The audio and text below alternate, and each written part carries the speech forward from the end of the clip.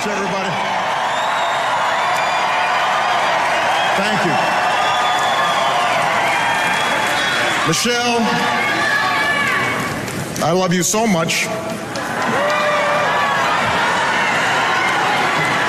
A few nights ago, everybody was reminded just what a lucky man I am.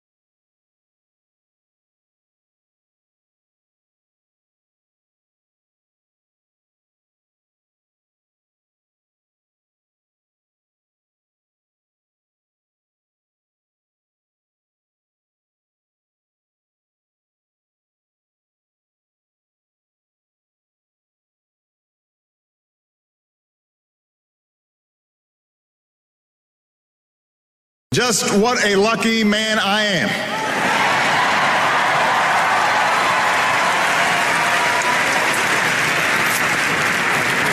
Malia and Sasha, we are so proud of you.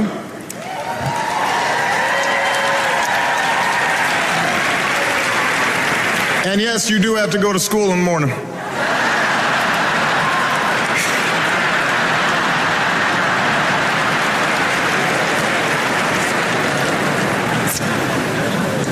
And Joe Biden, thank you for being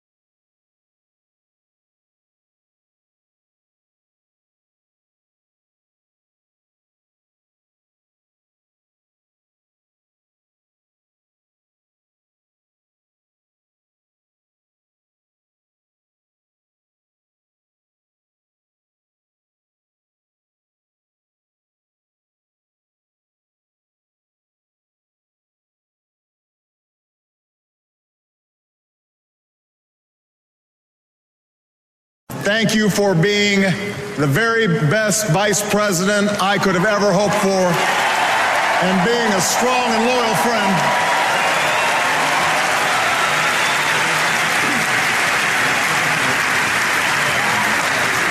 Madam Chairwoman, delegates,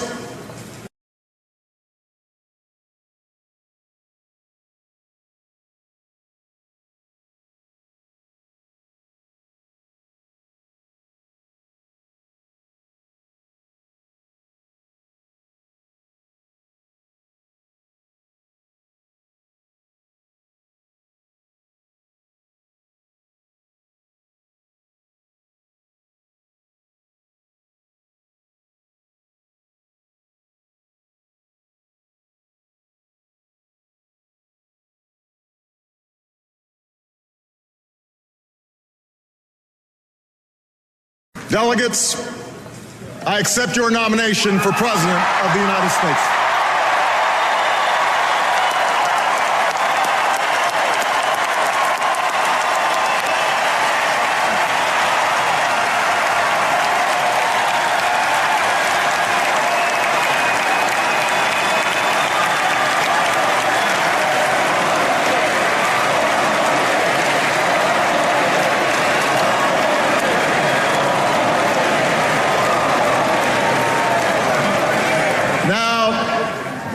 The first time I addressed this convention in 2004, I was a younger man.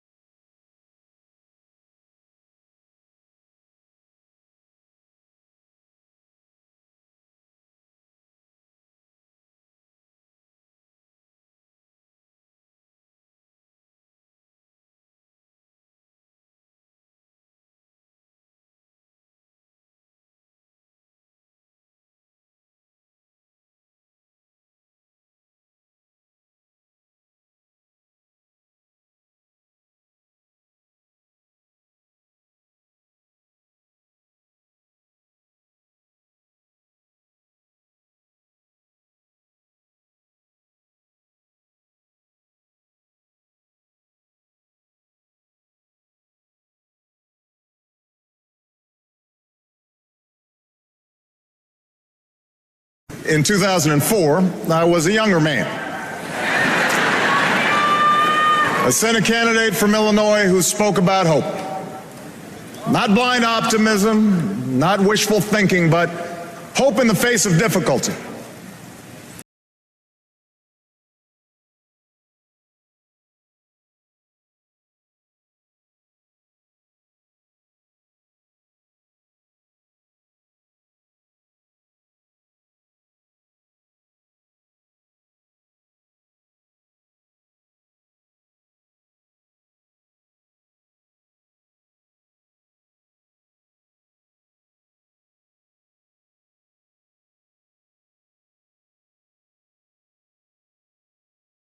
Hope in the face of difficulty.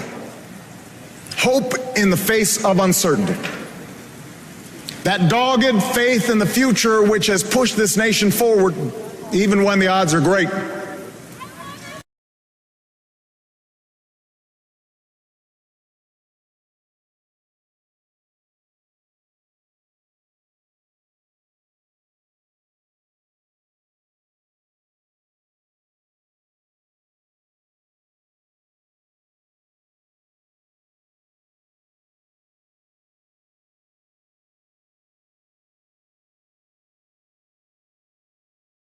Even when the odds are great, even when the road is long. 8 years later, that hope has been tested by the cost of war, by one of the worst economic crises in history.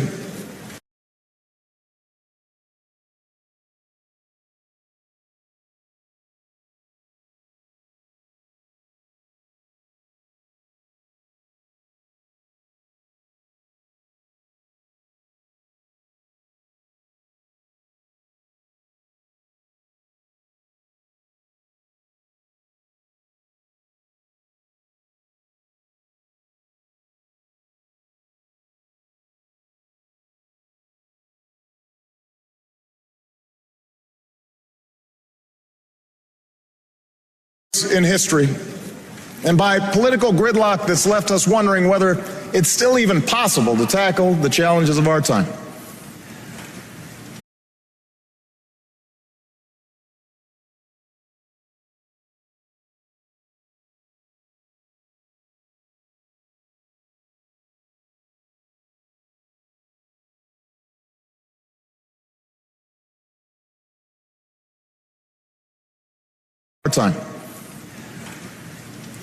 I know campaigns can seem small, even silly sometimes.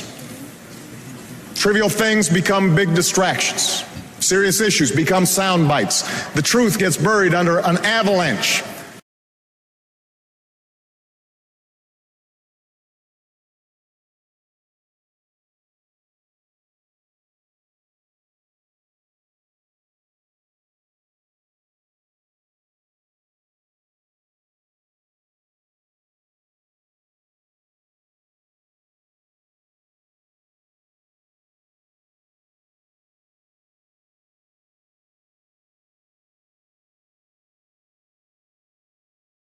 The truth gets buried under an avalanche of money and advertising. I mean, if you're sick of hearing me approve this message, believe me, so am I.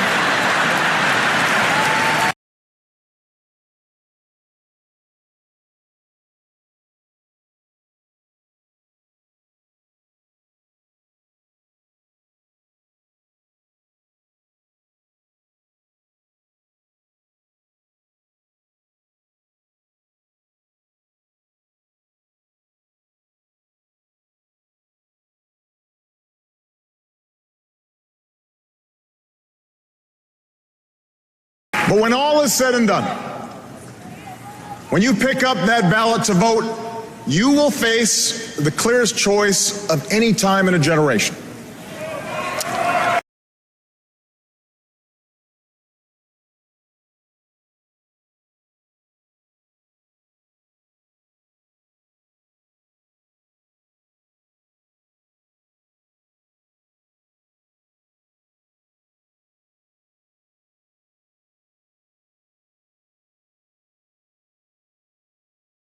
Over the next few years, big decisions will be made in Washington on jobs, the economy, taxes and deficits, energy, education, war and peace.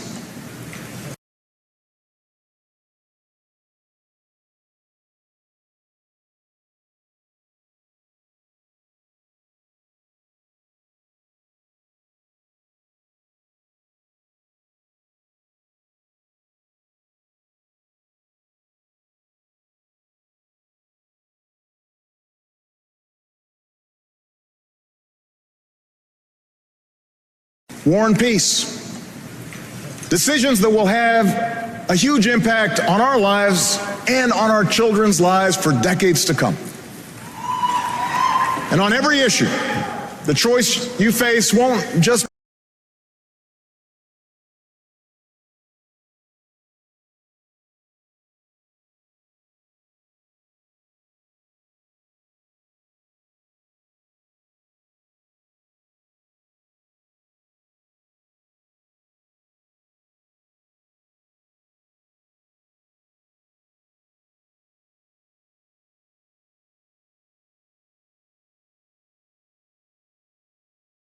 The choice you face won't just be between two candidates or two parties.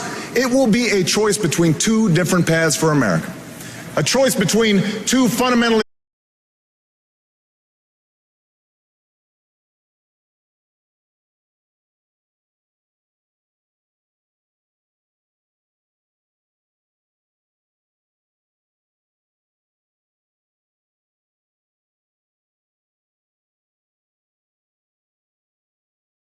A choice between two fundamentally different visions for the future. Ours is a fight to restore the values that built the largest middle class and the strongest economy the world has ever.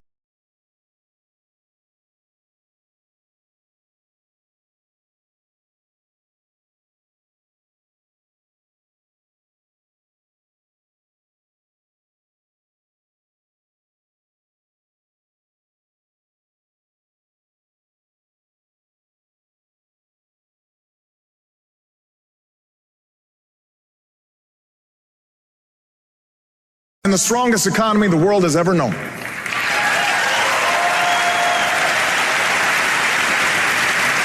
The values my grandfather defended as a soldier in Patton's army. The values that drove my grandmother to work on a bomber assembly line while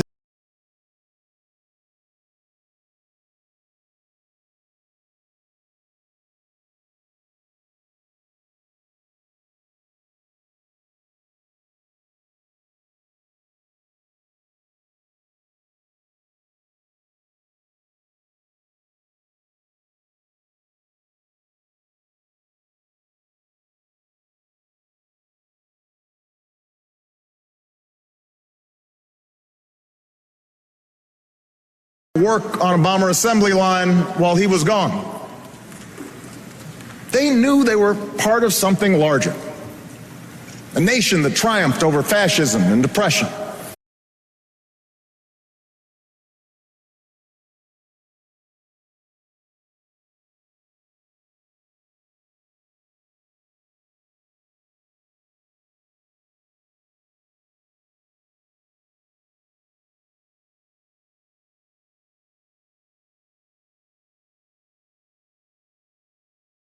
And depression. A nation where the most innovative businesses turned out the world's best products, and everyone shared in that pride and success, from the corner office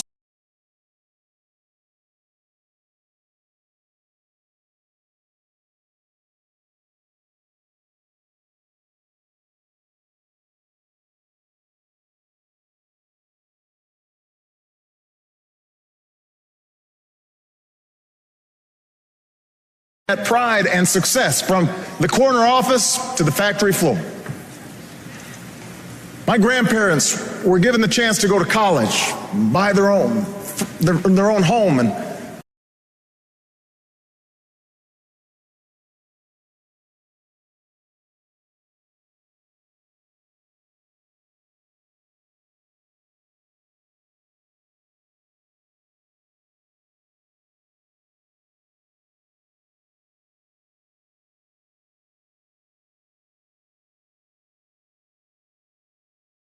their own home and fulfill the basic bargain at the heart of America's story.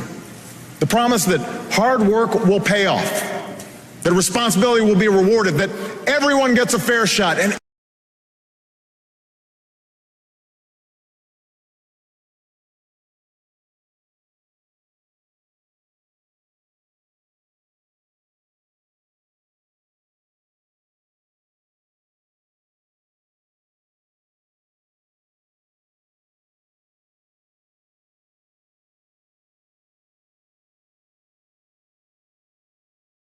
that everyone gets a fair shot, and everyone does their fair share, and everyone plays by the same rules from Main Street to Wall Street to Washington, D.C.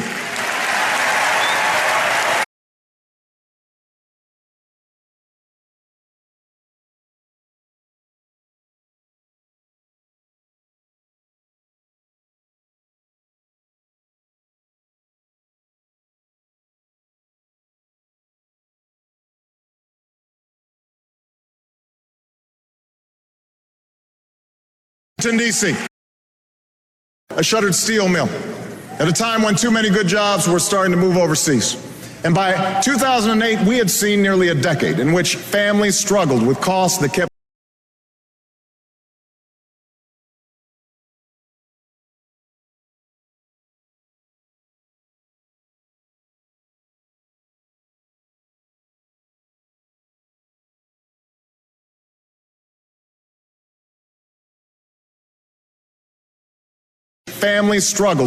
that kept rising, but paychecks that didn't. Folks racking up more and more debt just to make the mortgage or pay tuition, put gas in the car or food on the table.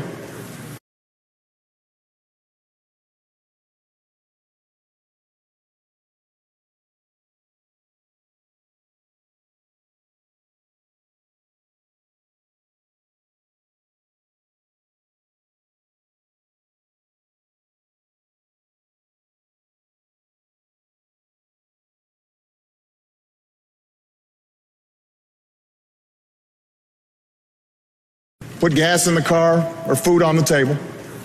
And when the house of cards collapsed in the Great Recession, millions of innocent Americans lost their jobs, their homes.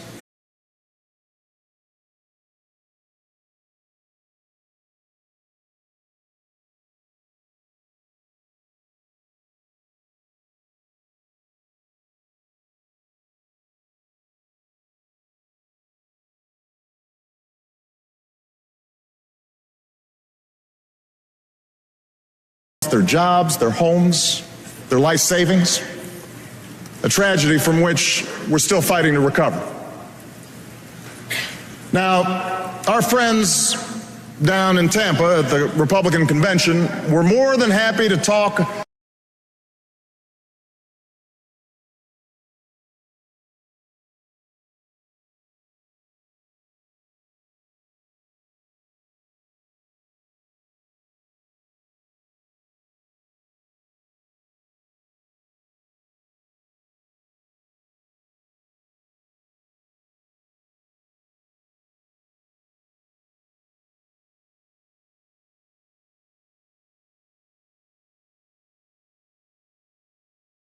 convention were more than happy to talk about everything they think is wrong with America. But they didn't have much to say about how they'd make it right.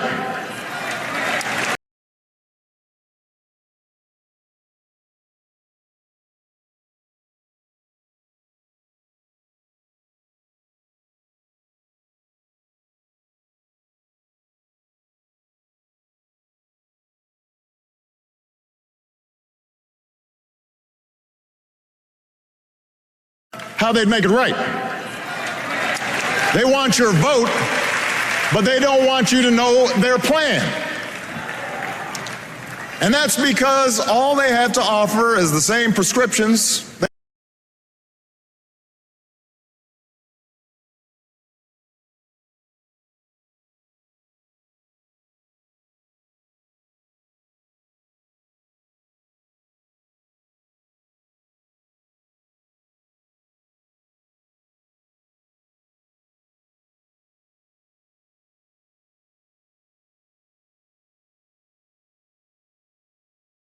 offer is the same prescriptions they've had for the last 30 years. Have a surplus? Try a tax cut. Deficit too high? Try another. Feel the cold coming on?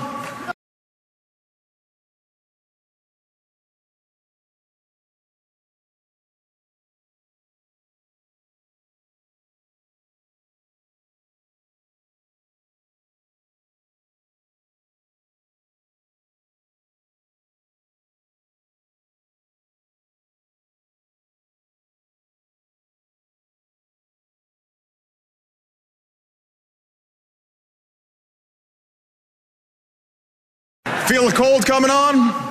Take 2 tax cuts, roll back some regulations, and call us in the morning.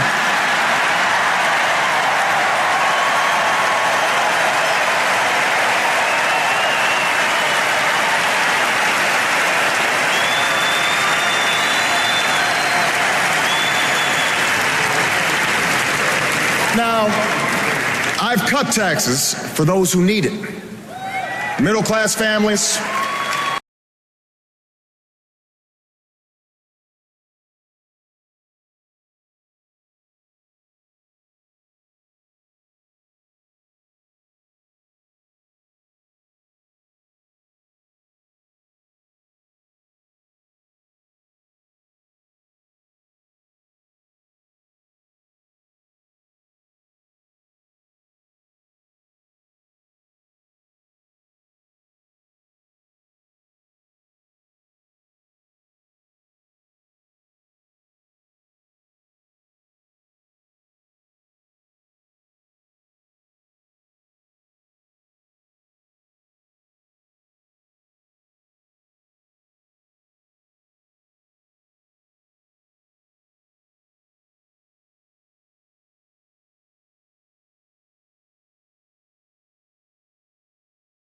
middle-class families, small businesses.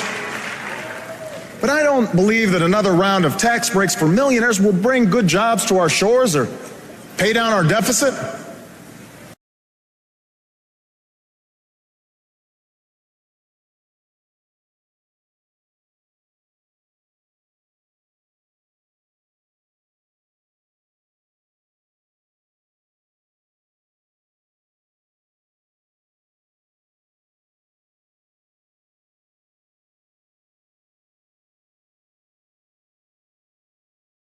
Pay down our deficit?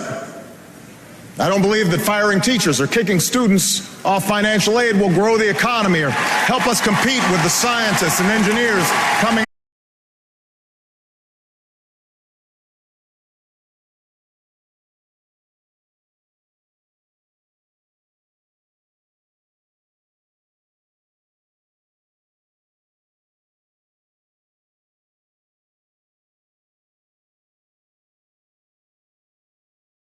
The scientists and engineers coming out of China.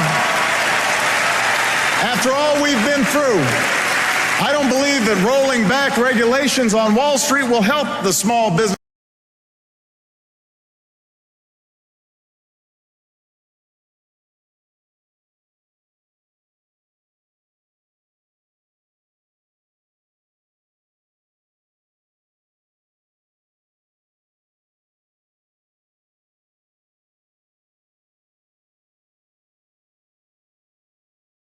On Wall Street will help the small businesswoman expand or the laid-off construction worker keep his home.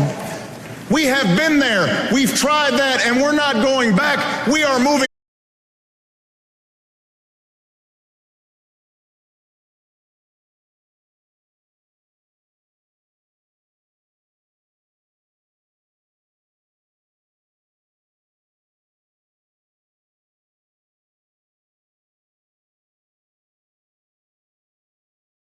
And we're not going back. We are moving forward, America.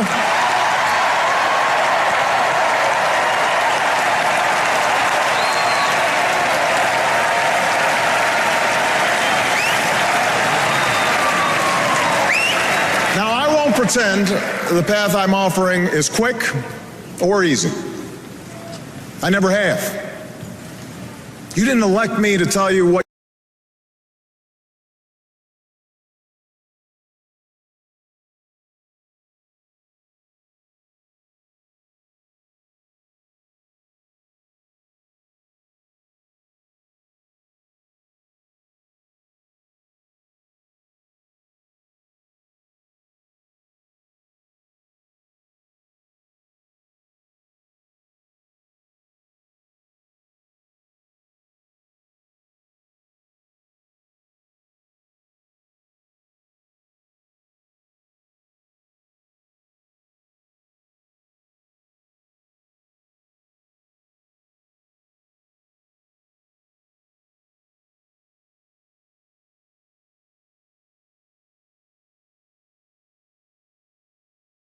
You didn't elect me to tell you what you wanted to hear. You elected me to tell you the truth. And the truth is, it will take more than a few years for us to solve challenges.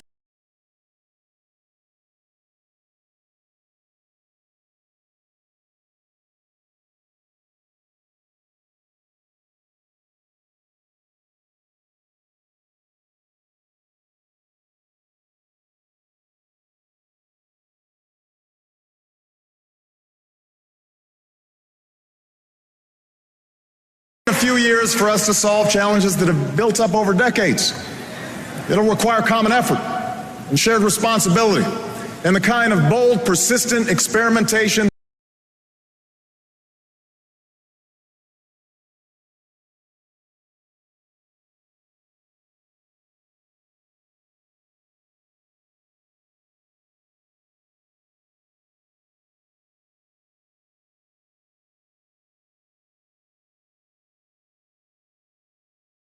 Bold, persistent experimentation that Franklin Roosevelt pursued during the only crisis worse than this one. And by the way, those of us who carry on his party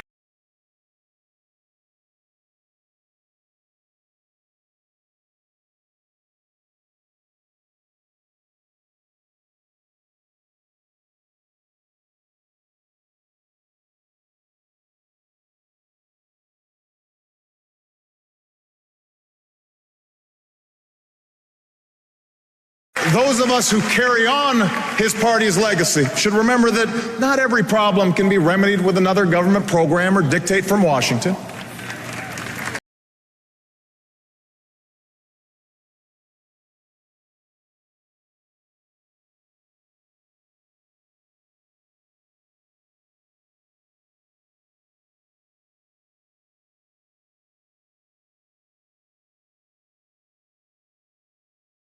Washington.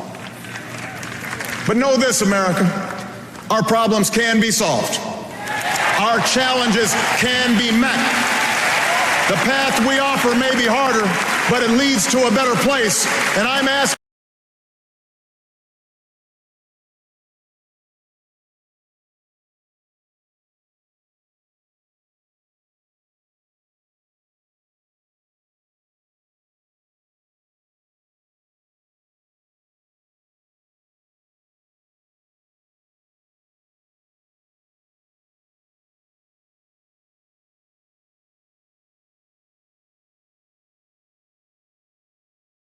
it leads to a better place, and I'm asking you to choose that future.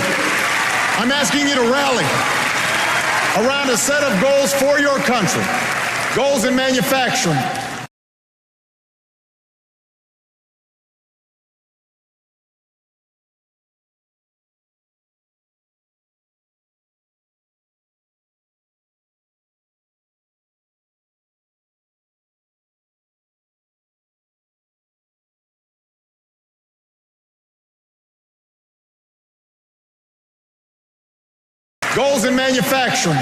energy, education, national security, and the deficit. Real, achievable plans that will lead to new jobs, more opportunity, and rebuild this economy on a strong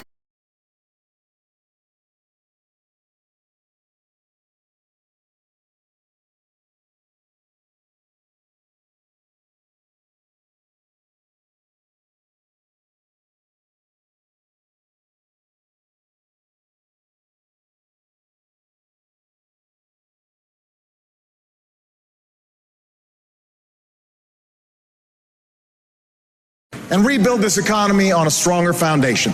That's what we can do in the next 4 years, and that is why I am running for a second term as President of the United States.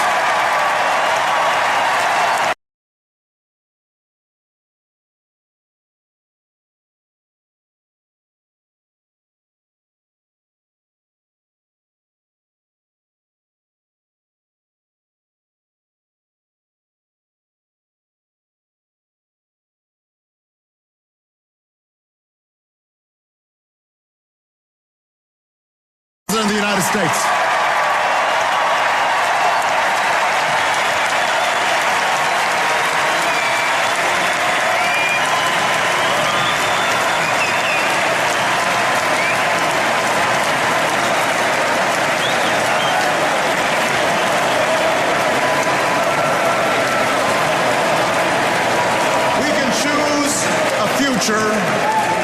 where we export more products and outsource fewer jobs.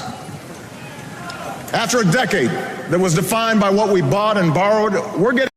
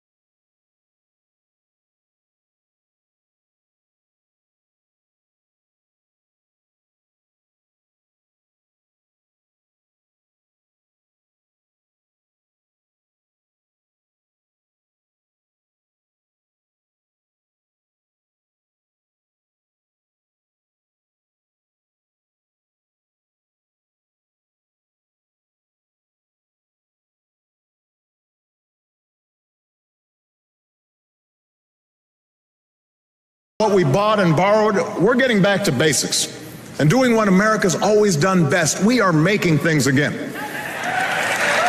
I've met workers in Detroit and Toledo.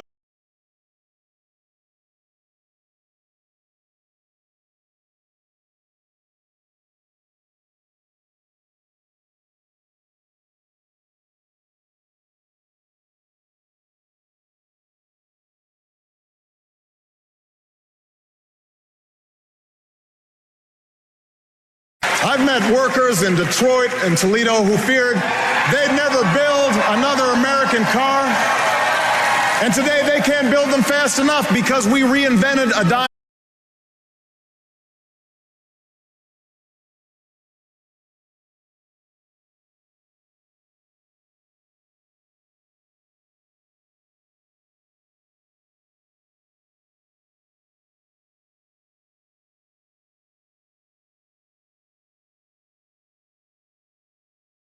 Enough because we reinvented a dying auto industry that's back on the top of the world.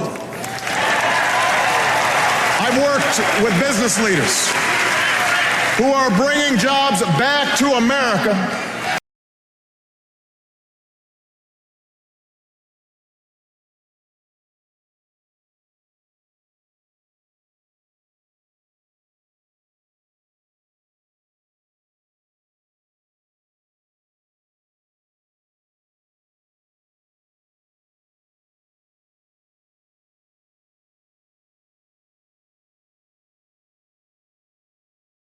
Who are bringing jobs back to America, not because our workers make less pay, but because we make better products, because we work harder and smarter than anyone else.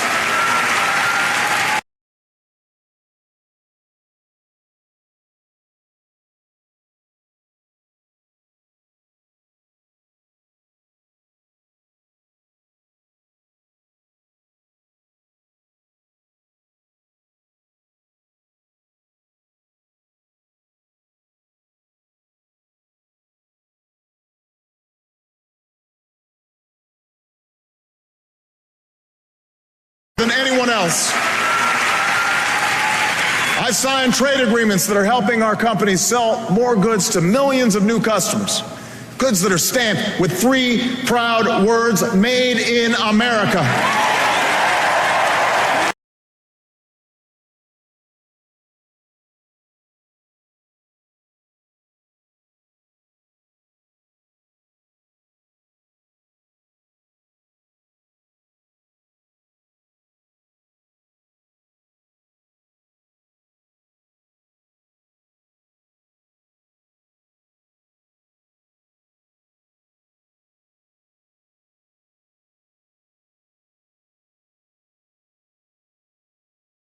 Words: made in America.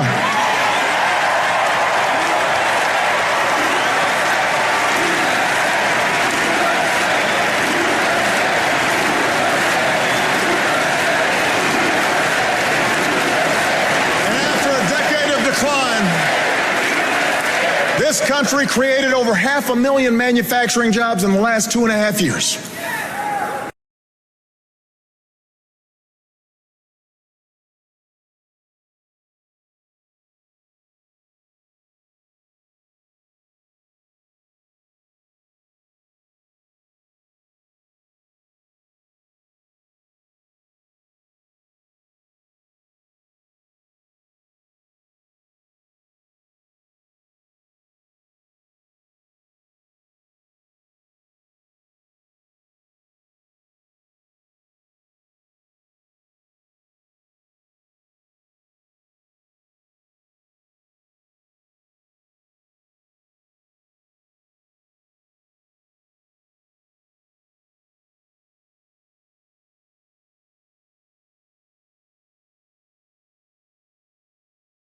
And a half years. And now you have a choice. We can give more tax breaks to corporations that ship jobs overseas, or we can start rewarding companies that open new plants and train new workers.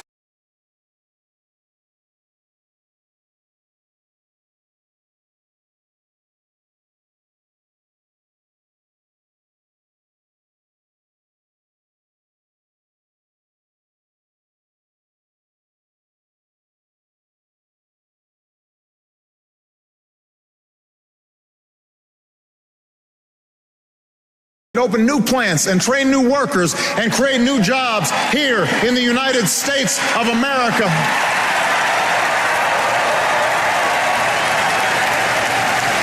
We can help big factories and small businesses double their exports.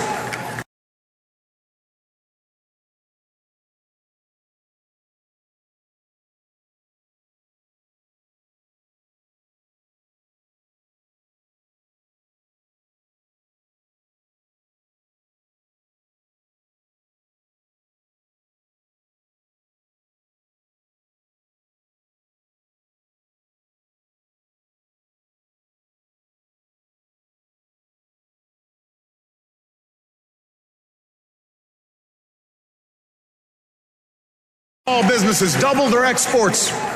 And if we choose this path, we can create 1 million new manufacturing jobs in the next 4 years. You can make that happen. You can choose that future.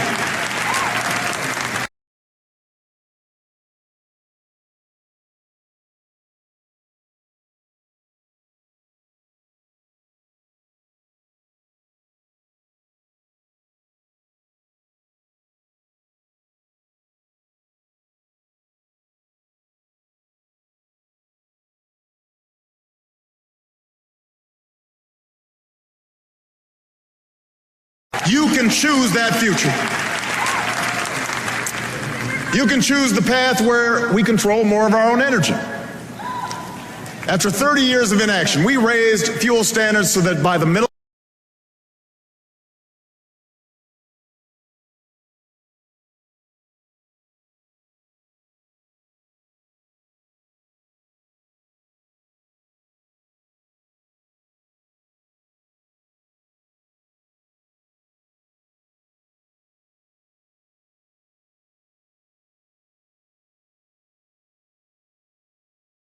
fuel standards so that by the middle of the next decade, cars and trucks will go twice as far on a gallon of gas.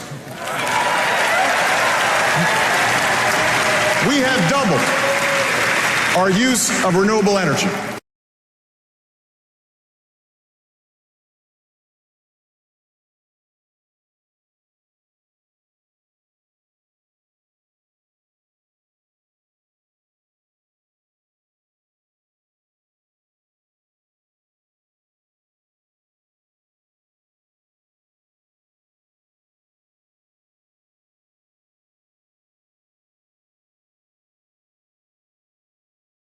Our use of renewable energy.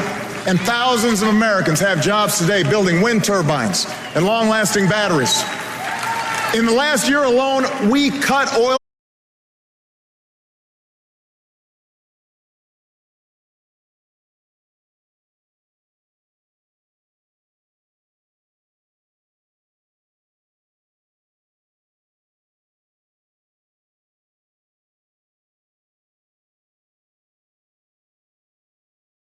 In the last year alone, we cut oil imports by 1 million barrels a day, more than any administration in recent history.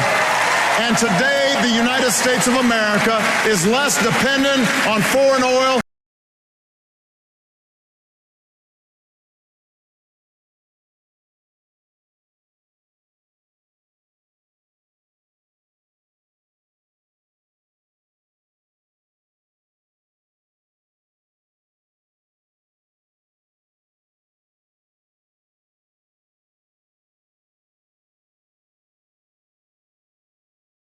of America is less dependent on foreign oil than at any time in the last 2 decades.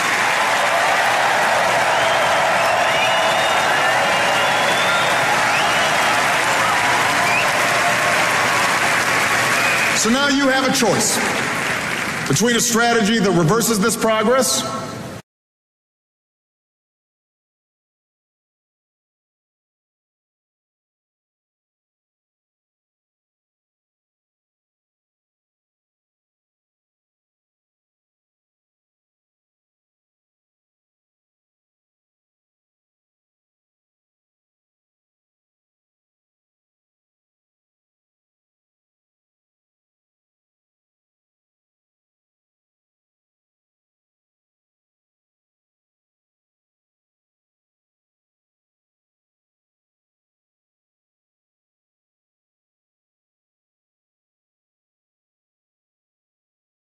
progress or one that builds on it.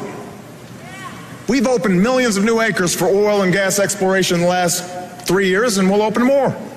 But unlike my opponent, I will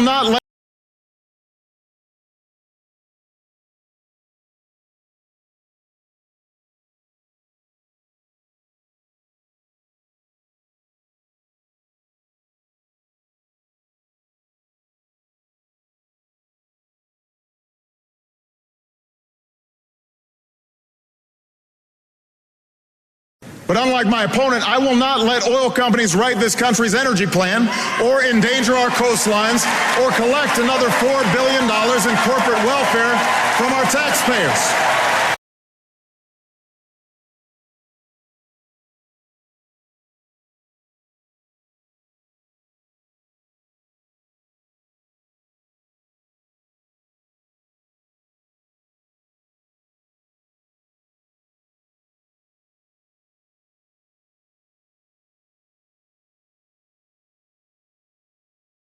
In corporate welfare from our taxpayers. We're offering a better path.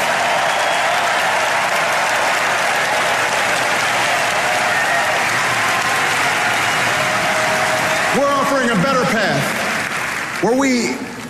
a future where we keep investing in wind and solar.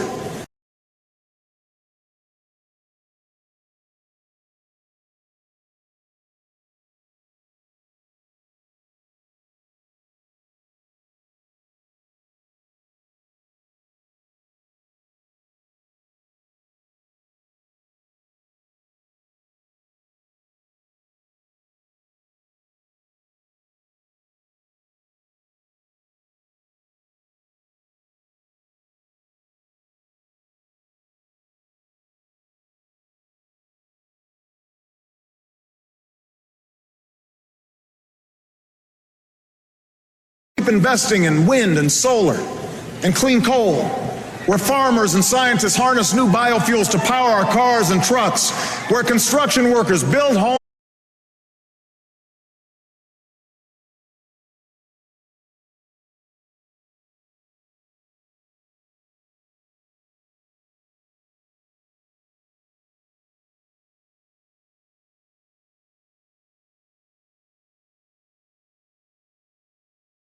Where construction workers build homes and factories that waste less energy, where we develop a 100-year supply of natural gas that's right beneath our feet.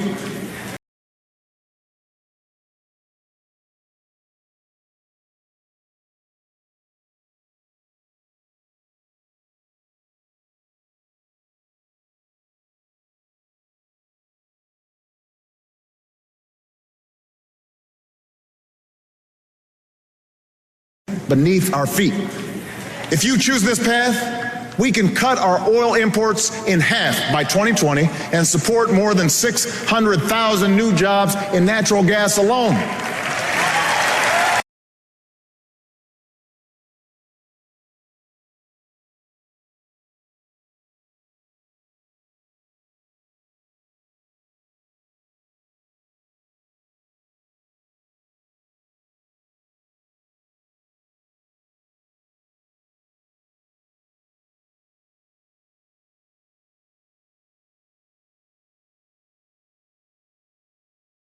And yes, my plan will continue to reduce the carbon pollution that is heating our planet, because climate change is not a hoax.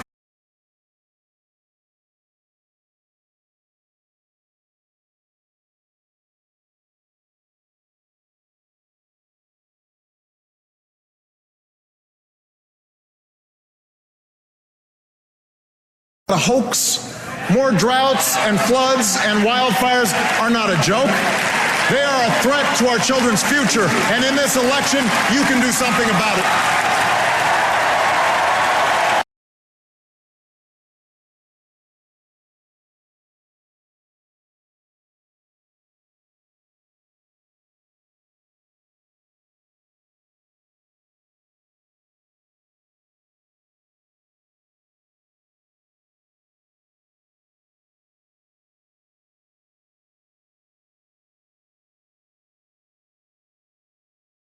Do something about it.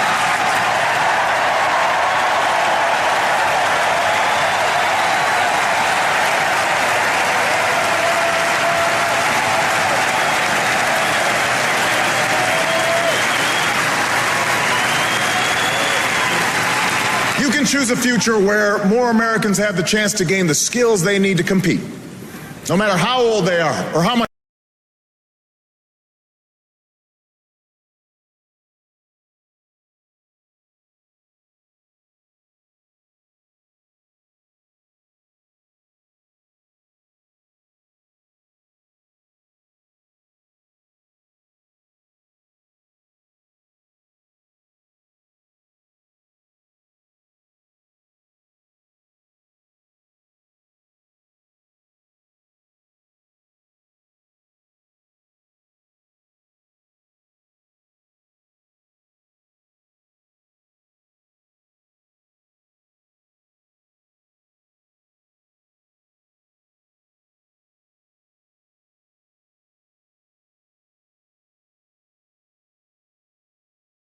No matter how old they are or how much money they have. Education was the gateway to opportunity for me. It was the gateway for Michelle. It was the gateway for most of you.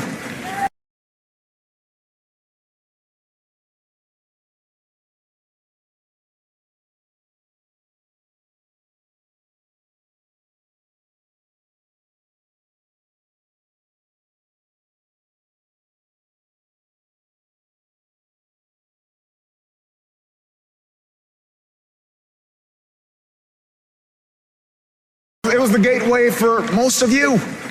And now, more than ever, it is the gateway to a middle-class life. For the first time in a generation, nearly every state has answered our call.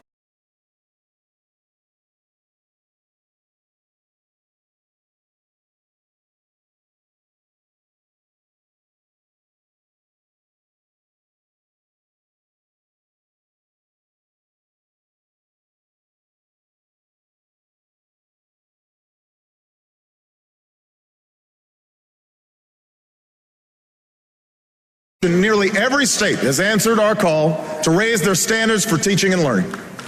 Some of the worst schools in the country have made real gains in math and reading.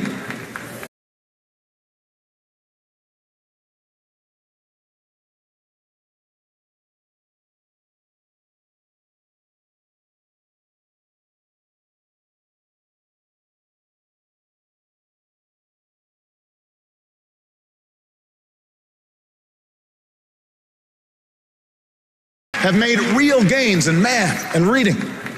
Millions of students are paying less for college today because we finally took on a system that wasted billions.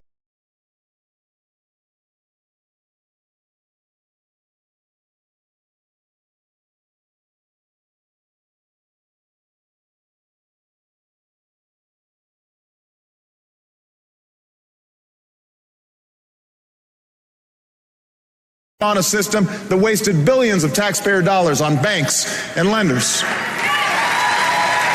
And now you have a choice. We can gut education, or we can decide that in the United States of America, no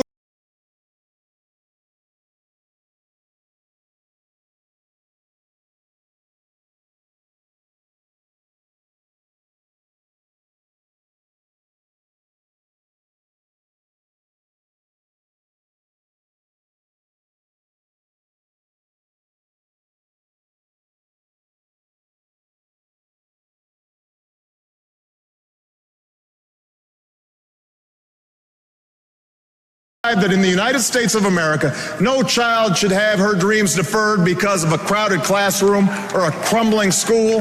No family should have to set aside a college acceptance letter.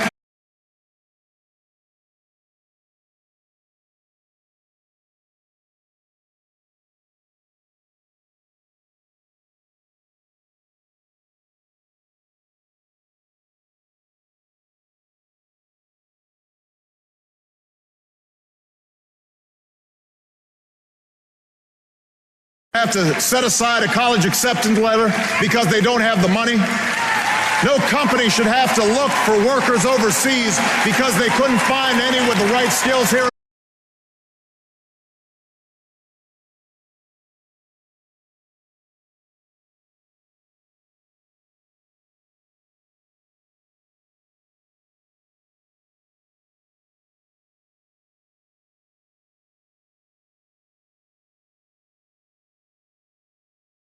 Find any with the right skills here at home. That's not our future. That is not our future.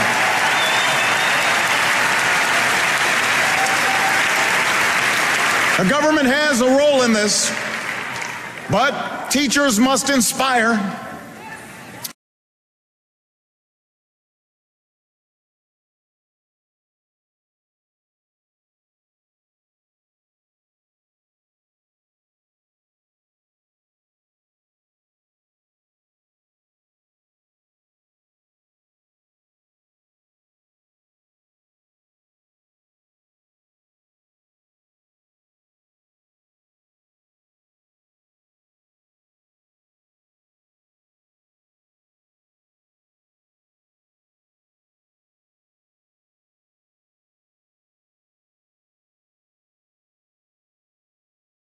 But teachers must inspire, principals must lead, parents must instill a thirst for learning, and students, you got to do the work.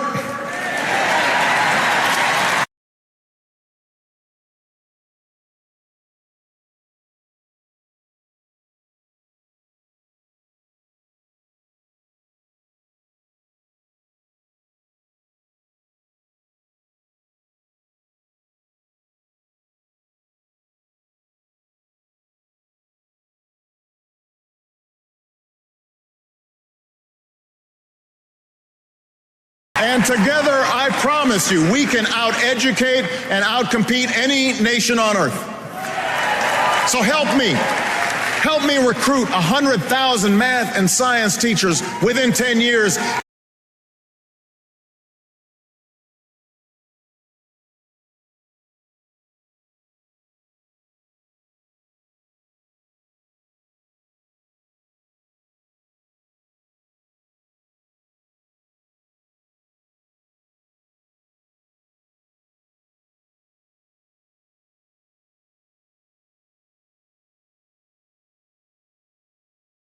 And science teachers within 10 years and improve early childhood education. Help give 2 million workers the chance to learn skills at their community college that will lead directly to a job.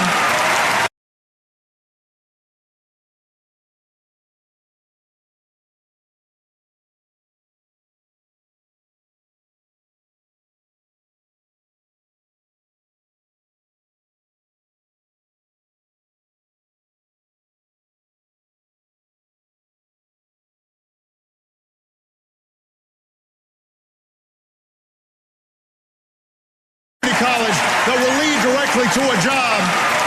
Help us work with colleges and universities to cut in half the growth of tuition costs over the next 10 years. We can meet that goal together.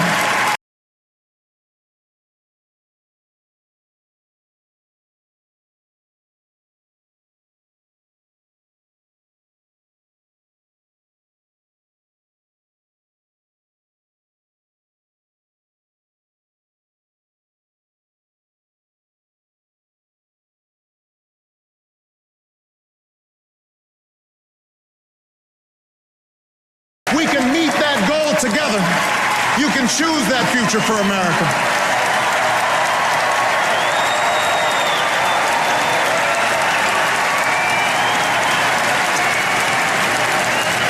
That's our future. You know, in a world of new threats and new challenges,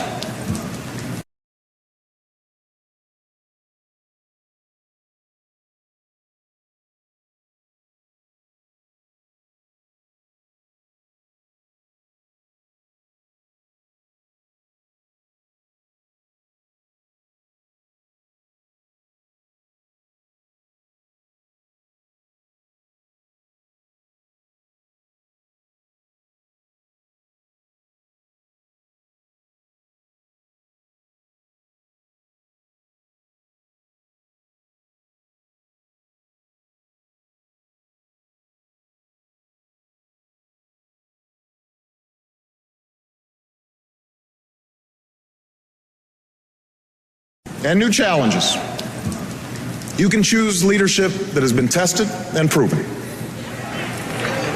4 years ago, I promised to end the war in Iraq.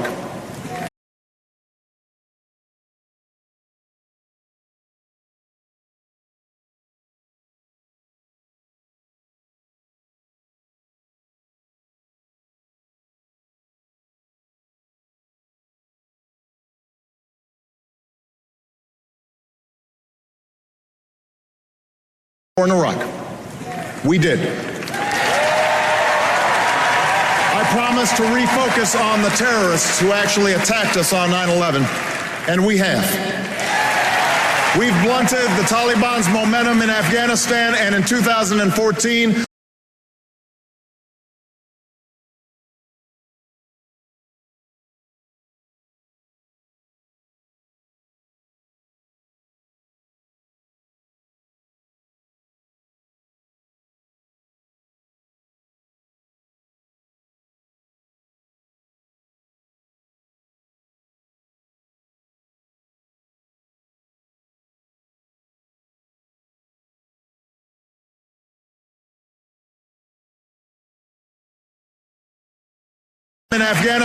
in 2014, our longest war will be over.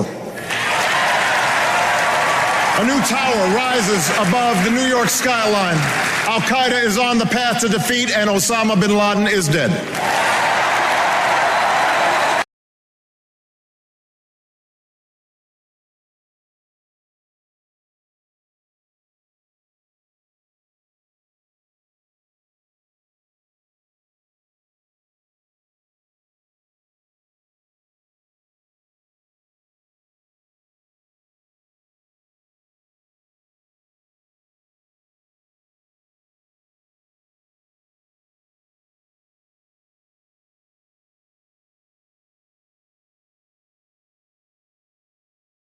Defeat, and Osama bin Laden is dead.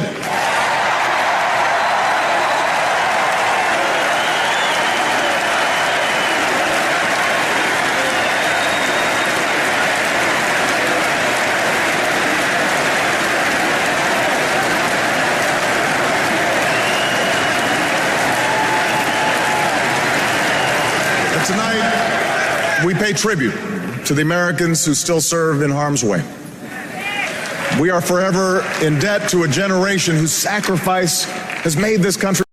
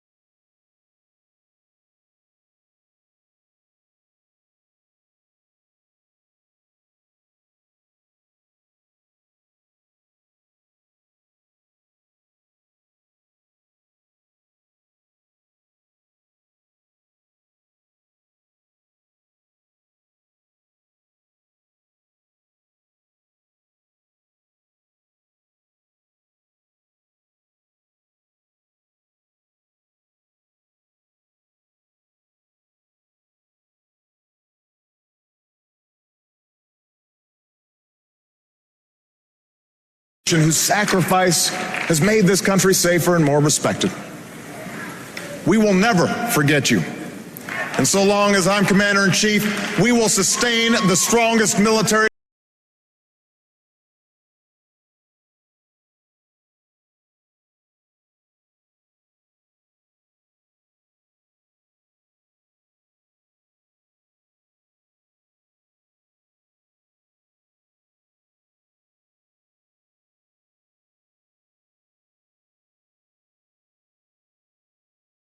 We will sustain the strongest military the world has ever known. When you take off the uniform, we will serve you as well as you've served us, because no one who fights for the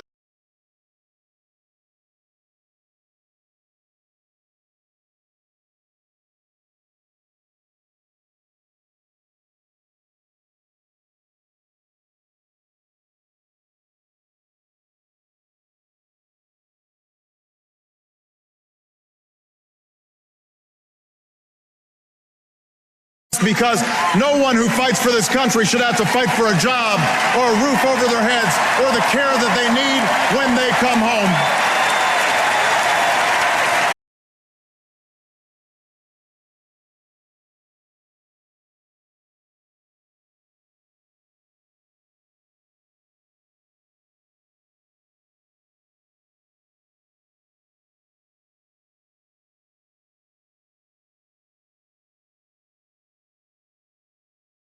Around the world, we've strengthened old alliances and forged new coalitions to stop the spread of nuclear weapons.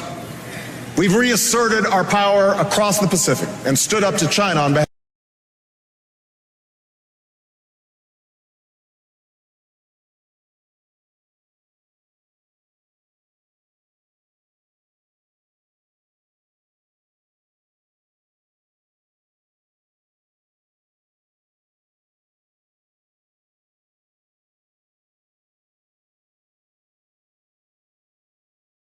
The Pacific and stood up to China on behalf of our workers.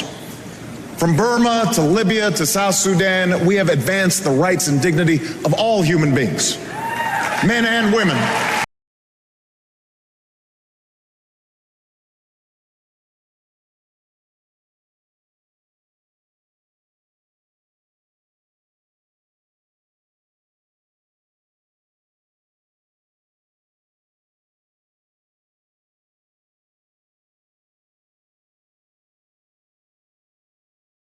All human beings, men and women, Christians and Muslims and Jews. But for all the progress that we've made, challenges remain. Terrorist plots must be disrupted.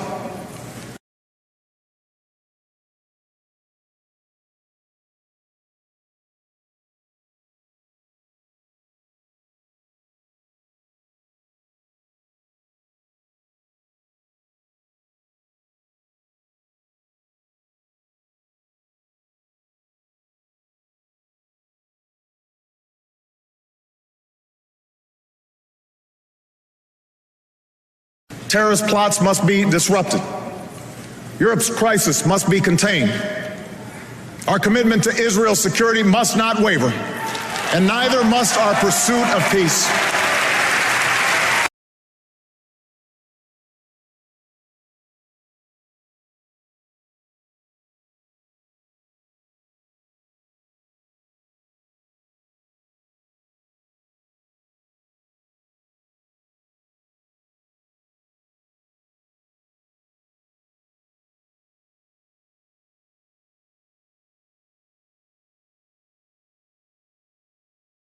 The Iranian government must face a world that stays united against its nuclear ambitions. The historic change sweeping across the Arab world must be defined not by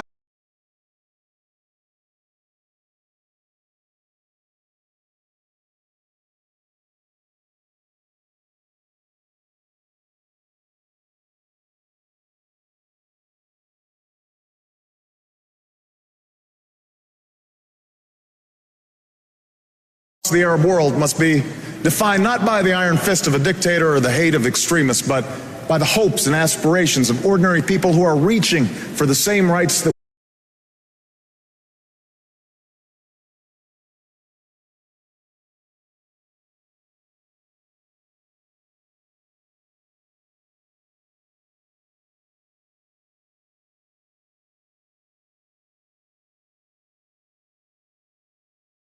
are reaching for the same rights that we celebrate here today.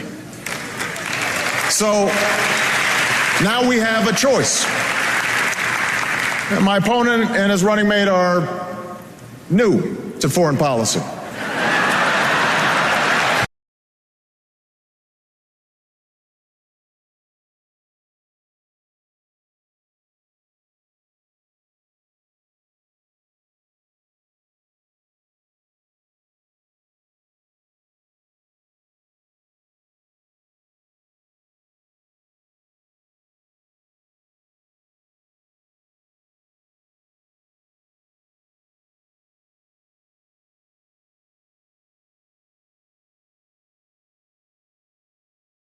But from all that we've seen and heard, they want to take us back to an era of blustering and blundering that cost America so dearly. After all, you don't call Russia our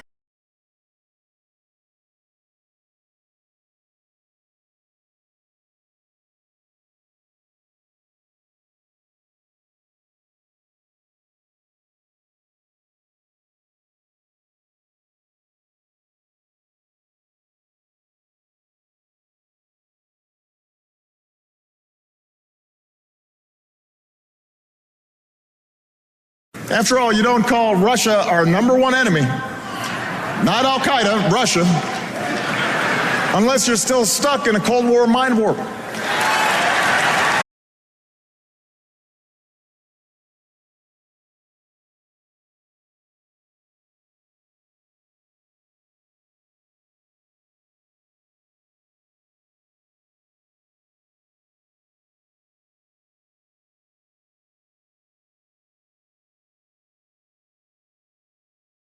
You might not be ready for diplomacy with Beijing if you can't visit the Olympics without insulting our closest ally.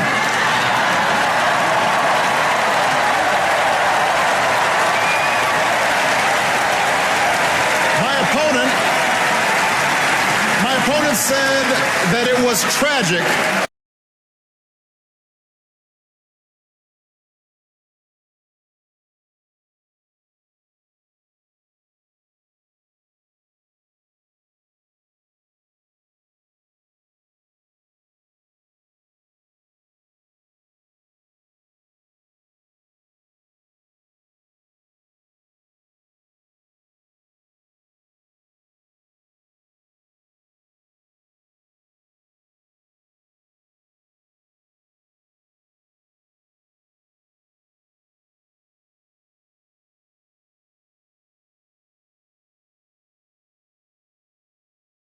My opponent said that it was tragic to end the war in Iraq, and he won't tell us how he'll end the war in Afghanistan. Well, I have, and I will.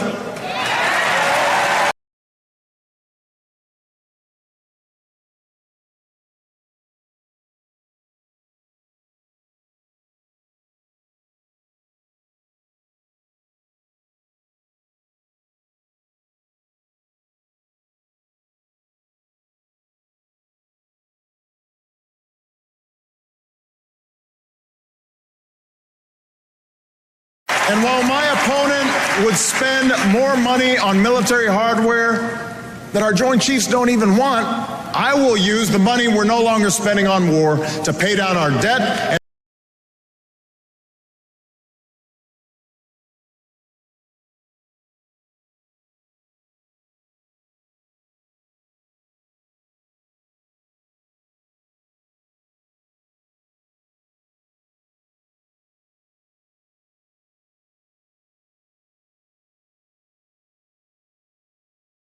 You're spending on war to pay down our debt and put more people back to work, rebuilding roads and bridges and schools and runways, because after 2 wars that have cost us thousands of lives and over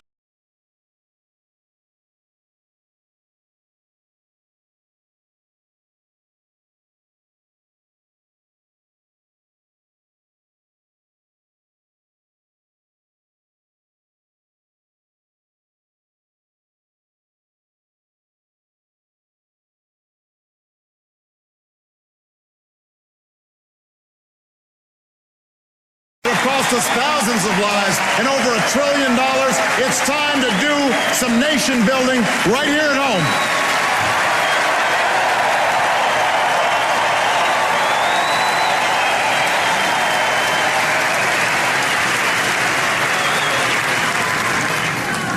You can choose a future where we reduce our deficit,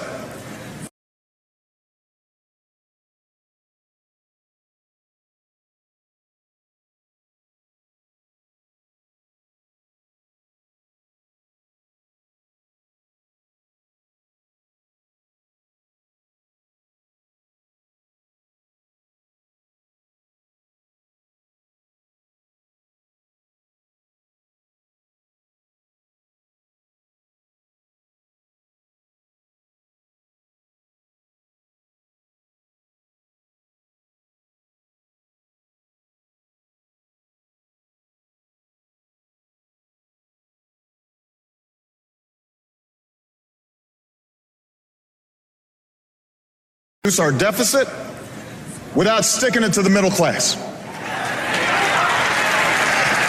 Independent experts say that my plan would cut our deficit by $4 trillion.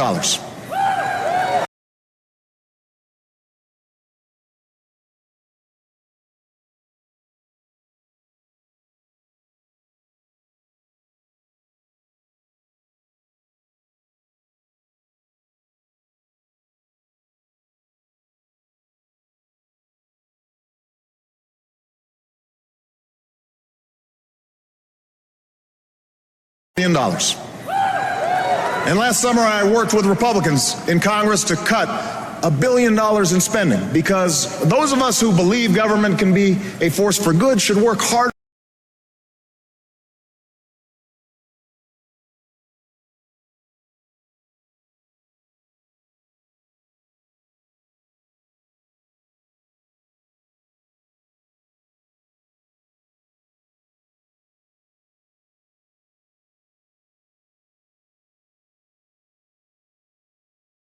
can be a force for good should work harder than anyone to reform it so that it's leaner and more efficient and more responsive to the American people.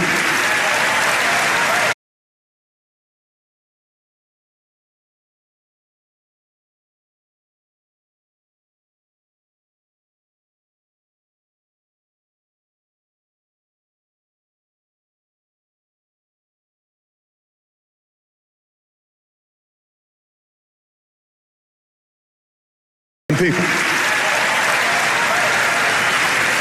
I want to reform the tax code so that it's simple, fair, and asks the wealthiest households to pay higher taxes on incomes over $250,000.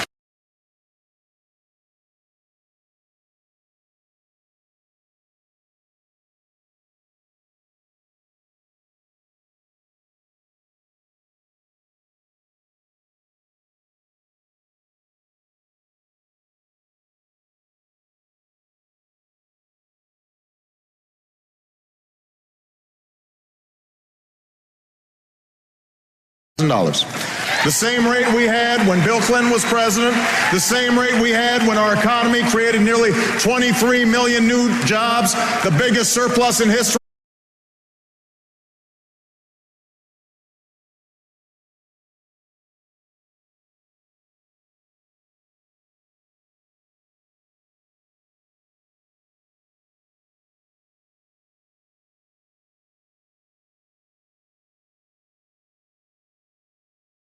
New jobs, the biggest surplus in history, and a whole lot of millionaires to boot.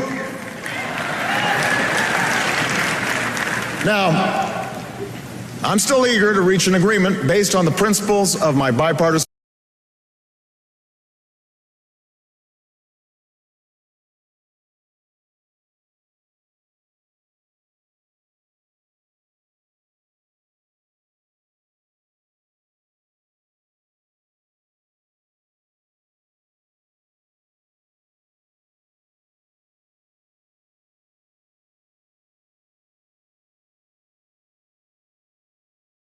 based on the principles of my bipartisan debt commission. No party has a monopoly on wisdom. No democracy works without compromise. I want to get this done, and we can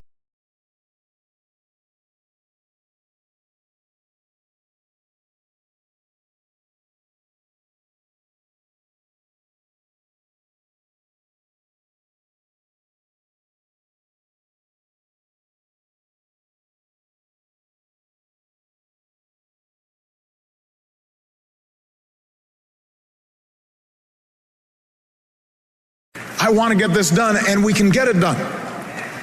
But when Governor Romney and his friends in Congress tell us we can somehow lower our deficits by spending trillions more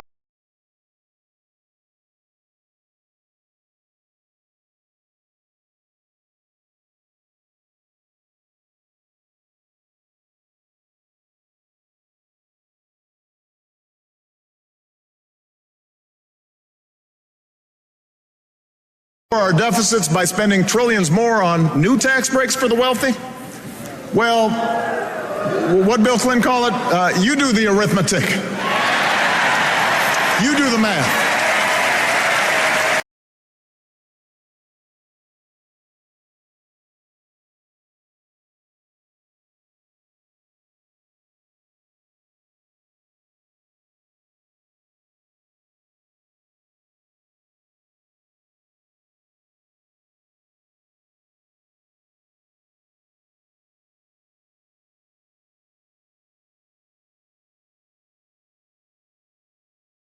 You do the math. I refuse to go along with that. And as long as I'm president, I never will. I refuse to ask middle-class families to give up their deductions for owning a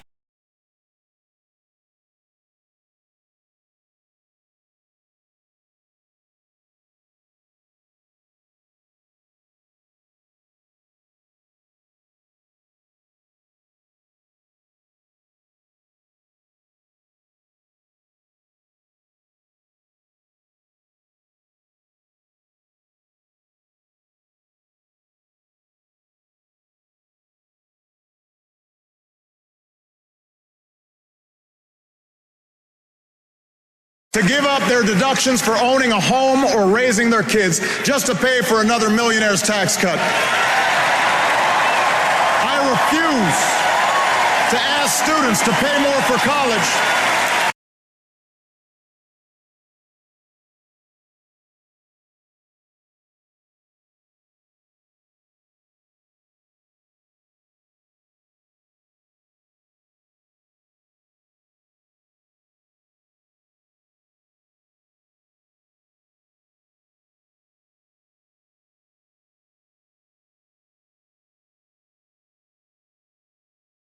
To ask students to pay more for college or kick children out of Head Start programs to eliminate health insurance for millions of Americans who are poor and elderly or disabled. Also,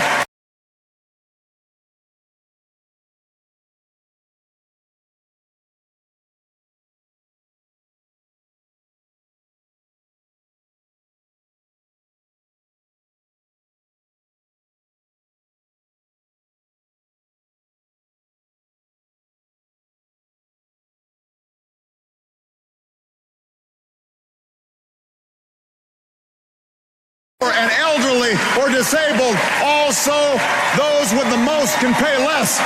I'm not going along with that.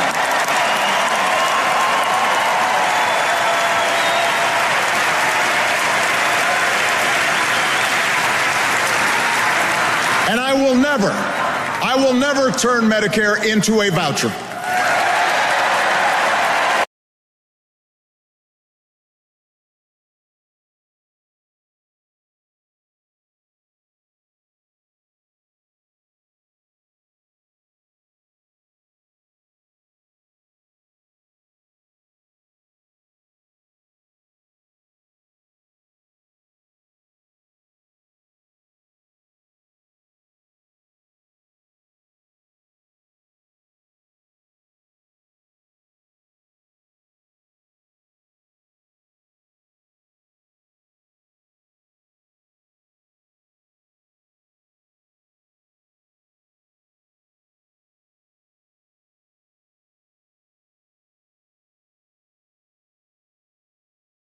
Voucher.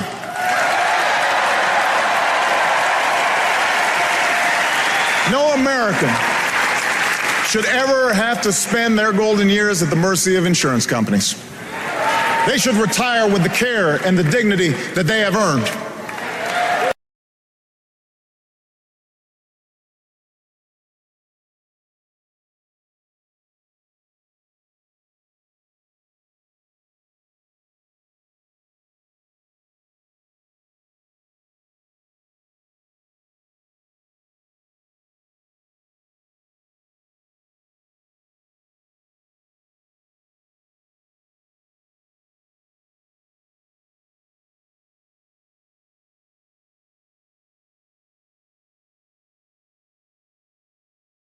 the dignity that they have earned.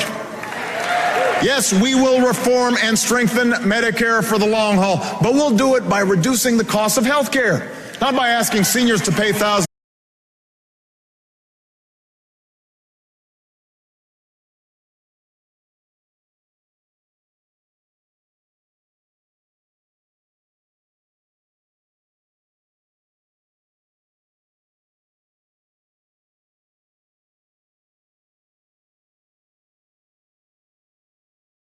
Not by asking seniors to pay thousands of dollars more. And we will keep the promise of Social Security by taking the responsible steps to strengthen it, not by turning it over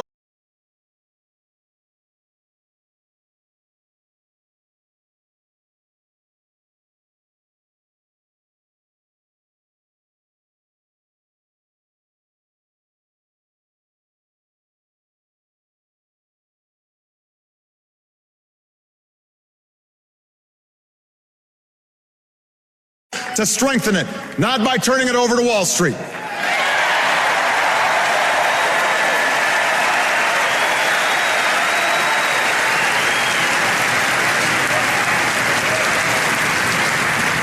This is the choice we now face.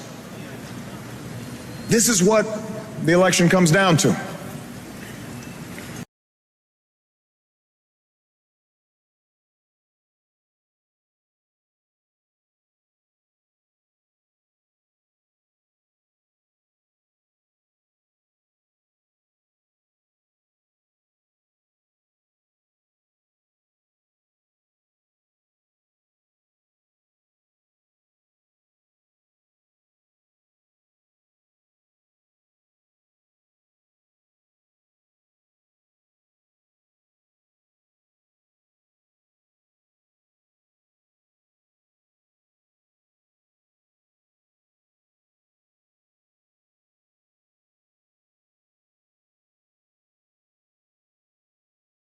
Over and over, we've been told by our opponents that bigger tax cuts and fewer regulations are the only way.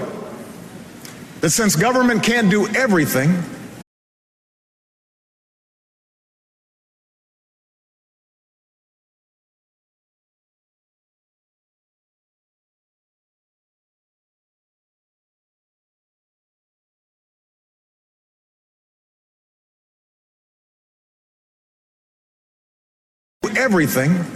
it should do almost nothing. If you can't afford health insurance, hope that you don't get sick. If a company releases toxic pollution into the air your children breathe, well,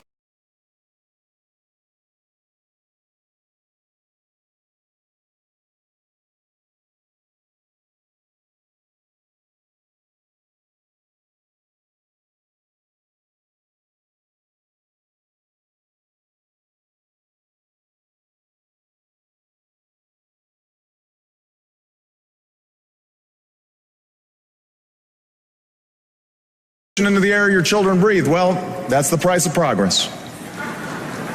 If you can't afford to start a business or go to college, take my opponent's advice and borrow money from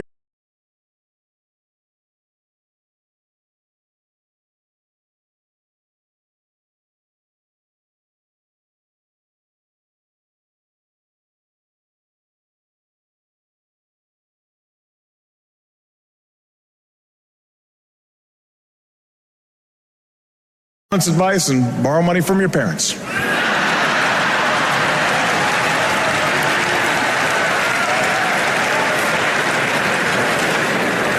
You know what? That's not who we are. That's not what this country's about. As Americans, we believe we are endowed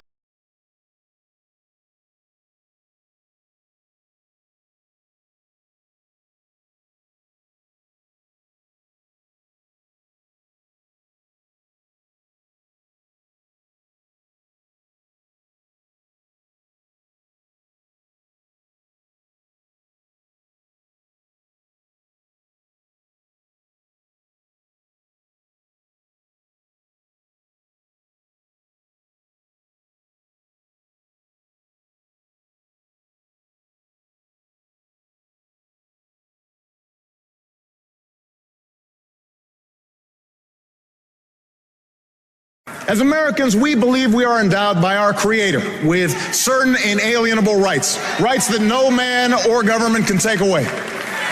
We insist on personal responsibility.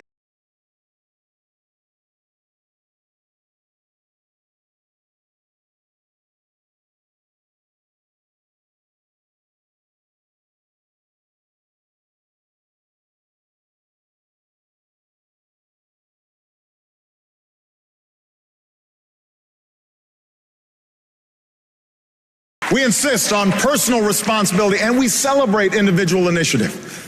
We're not entitled to success. We have to earn it. We honor the strivers, the dreamers.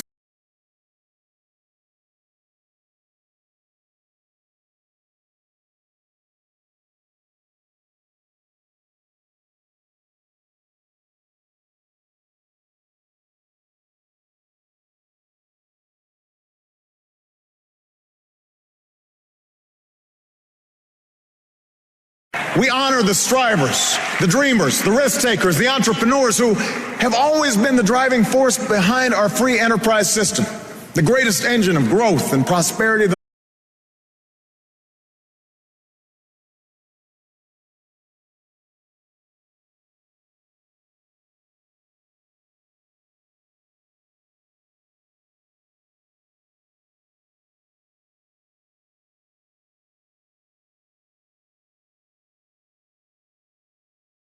Engine of growth and prosperity that the world's ever known.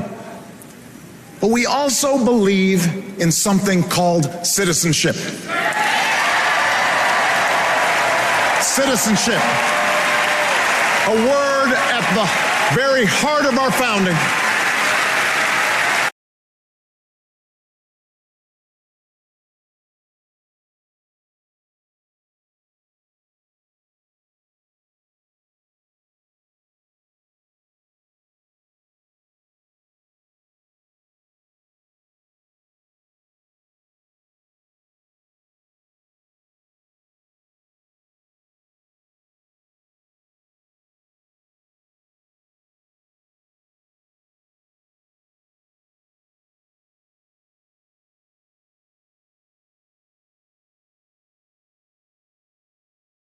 A word at the very heart of our founding.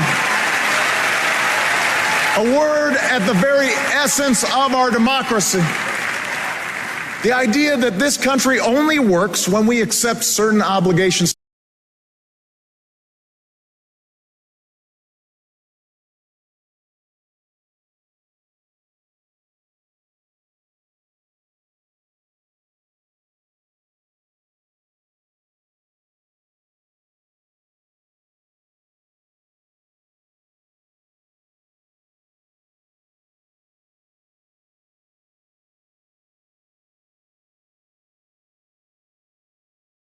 When we accept certain obligations to one another and to future generations.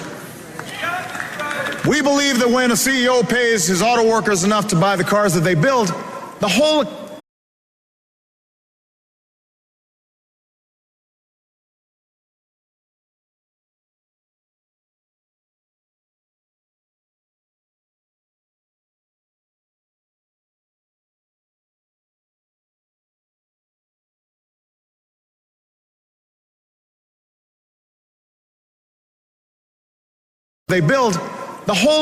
company does better. We believe that when a family can no longer be tricked into signing a mortgage they can't afford, that family's protected, but so is the value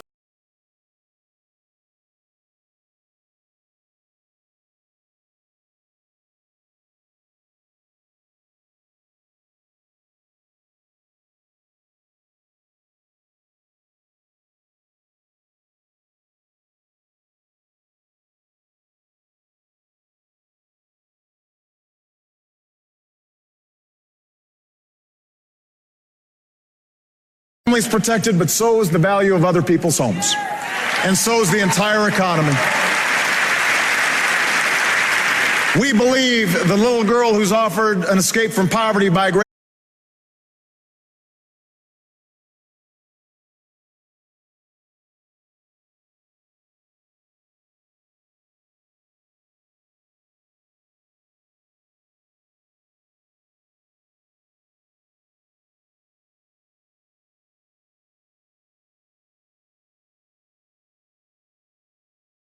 an escape from poverty by a great teacher or a grant for college could become the next Steve Jobs, or the scientist who cures cancer, or the President of the United States. And it is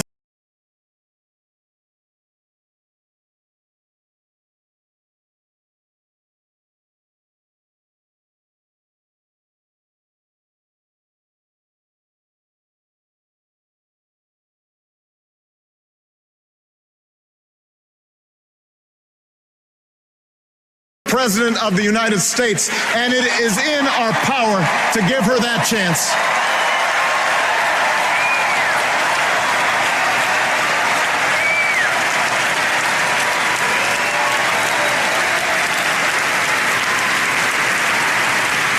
We know that churches and charities can often make more of a difference than a poverty program alone.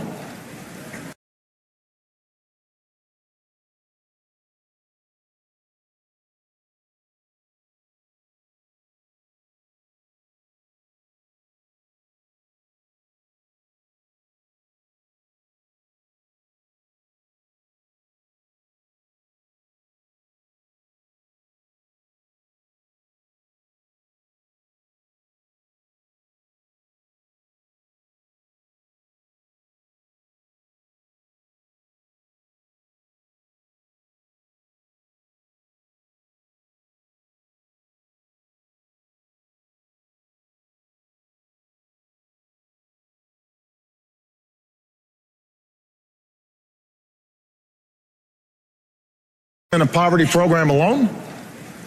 We don't want handouts for people who refuse to help themselves, and we certainly don't want bailouts for banks that break the rules.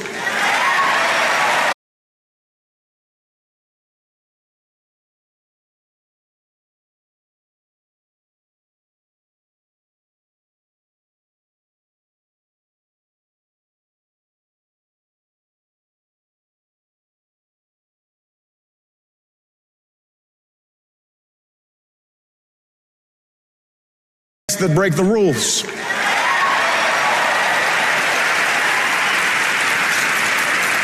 We don't think the government can solve all of our problems, but we don't think that the government is the source of all of our problems.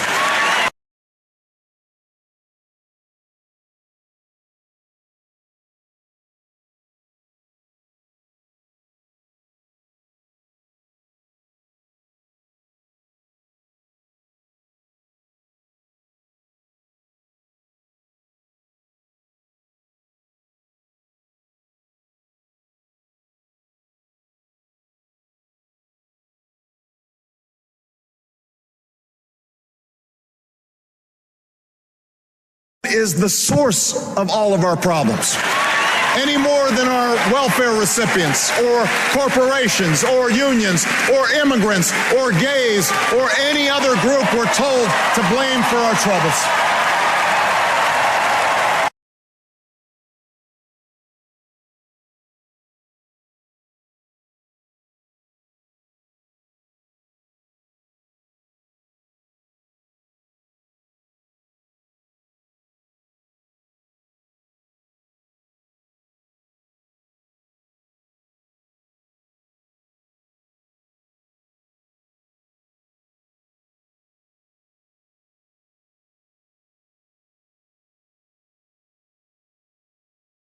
To blame for our troubles.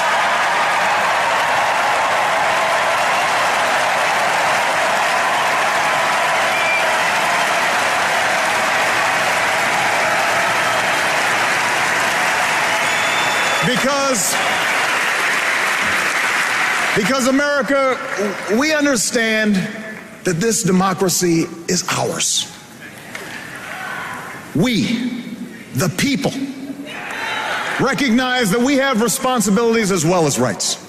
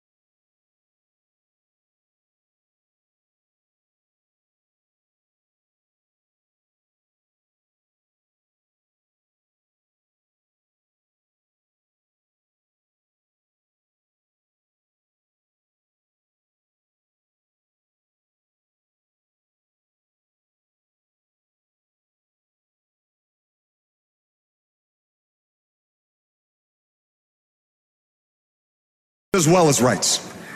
That our destinies are bound together.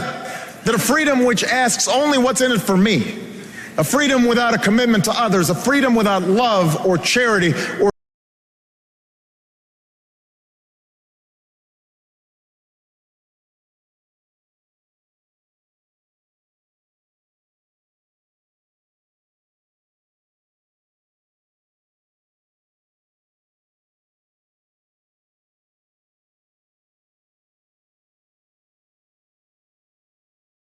there's a freedom without love or charity or duty or patriotism is unworthy of our founding ideals and those who died in their defense.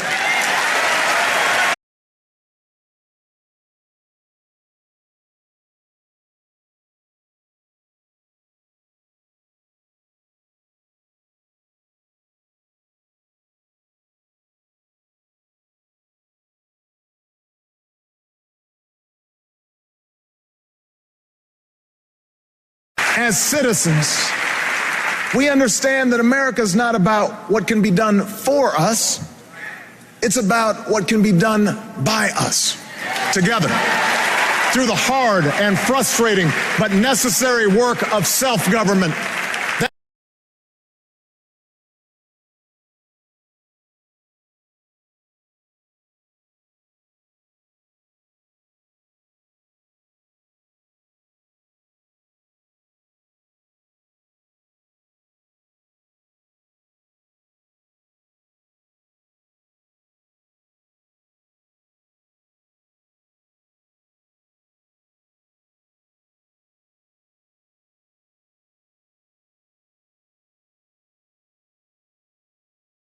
Necessary work of self-government.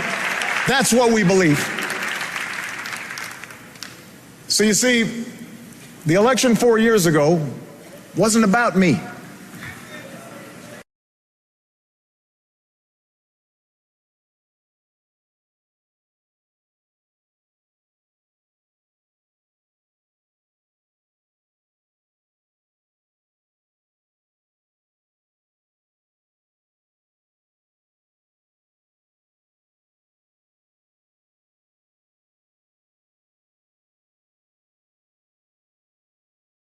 It was about you. My fellow citizens, you were the change. You're the reason there's a little girl with a heart disorder in Phoenix who'll get the surgery she needs because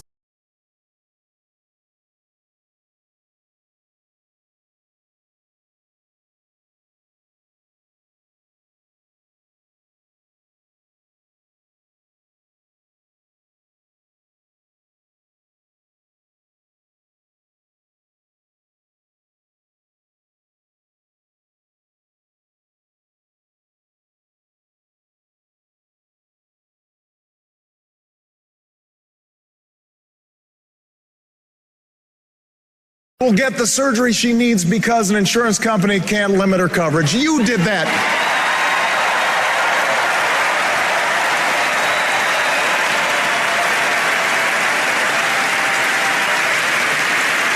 You're the reason a young man in Colorado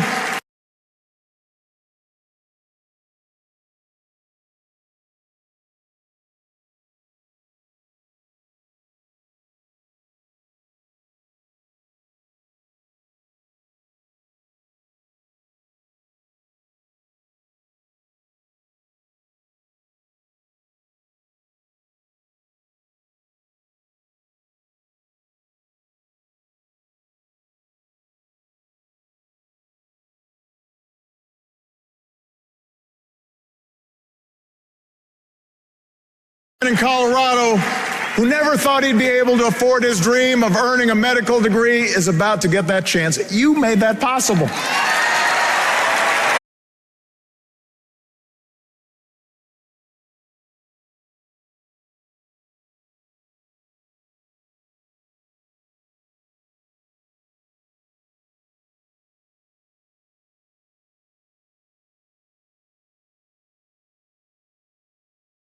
Possible.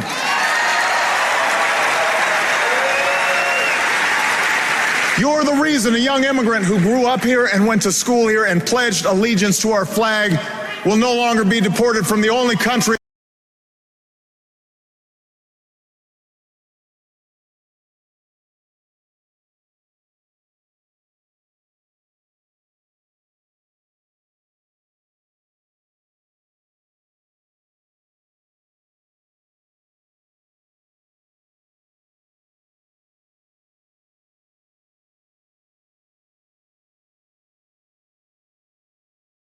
no longer be deported from the only country she's ever called home. Why selfless soldiers won't be kicked out of the military because of who they are or who they love.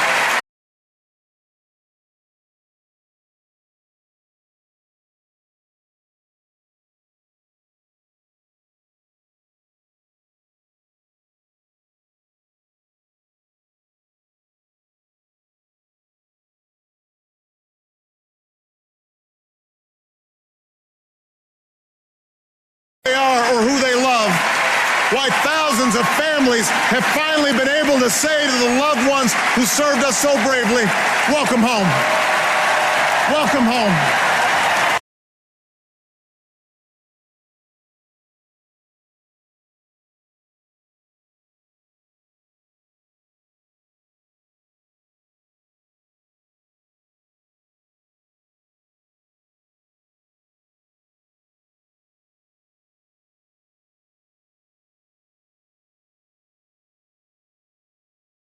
Welcome home. You did that. You did that. You did that. If you turn away now, if you buy into the cynicism that the change we fought for isn't possible,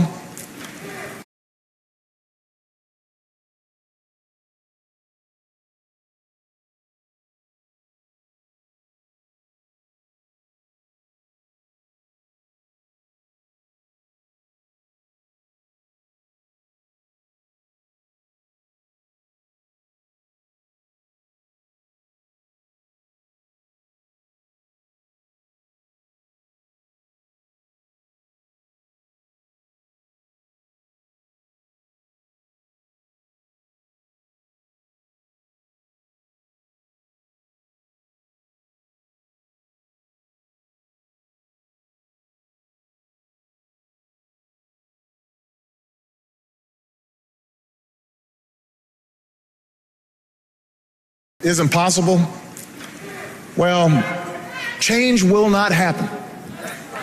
If you give up on the idea that your voice can make a difference, then other voices will fill the void. The lobbyists and special interests.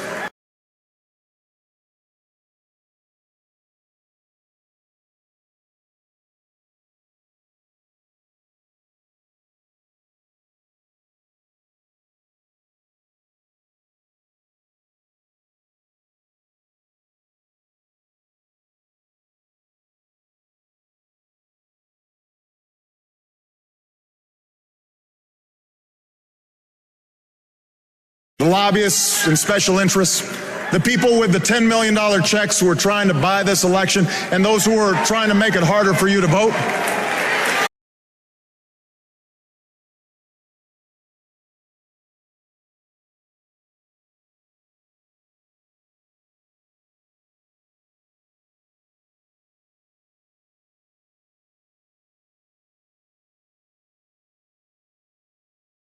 For you to vote.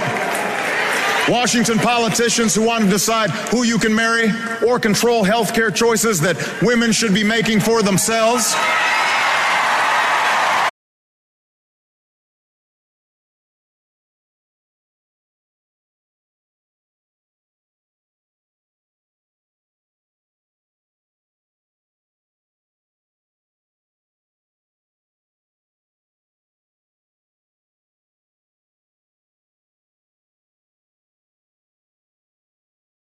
Be making for themselves.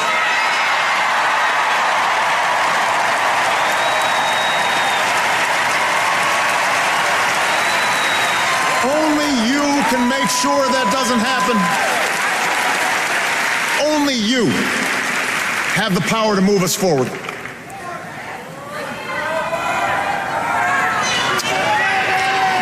You know,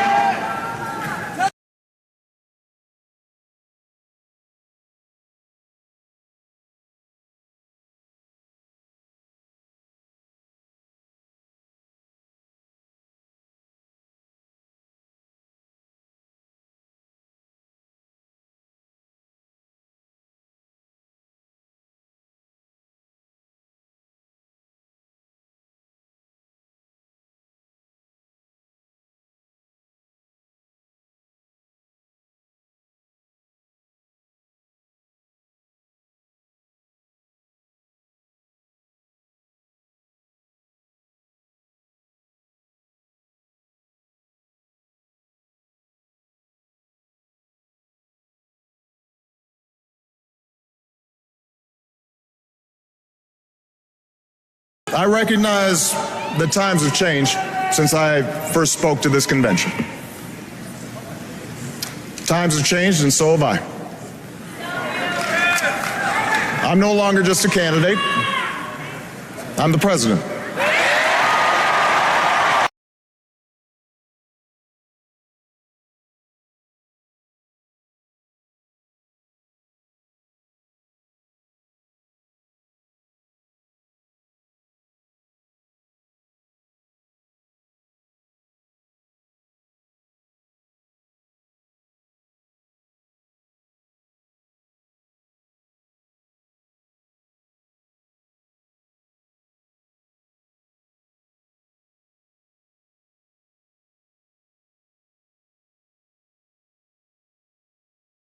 I'm the president.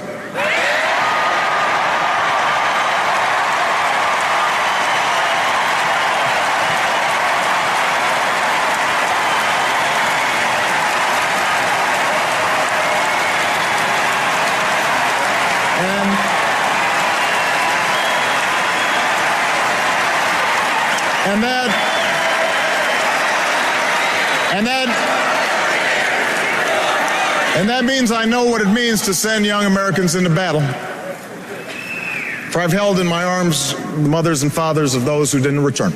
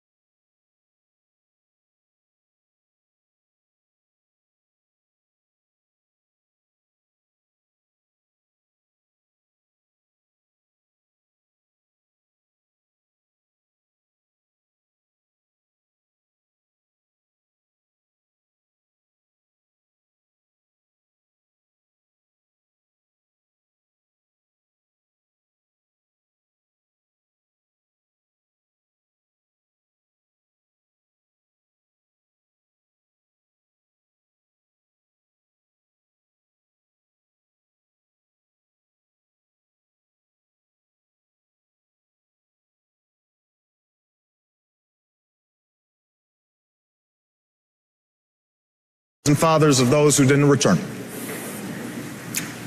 I've shared the pain of families who've lost their homes and the frustration of workers who've lost their jobs.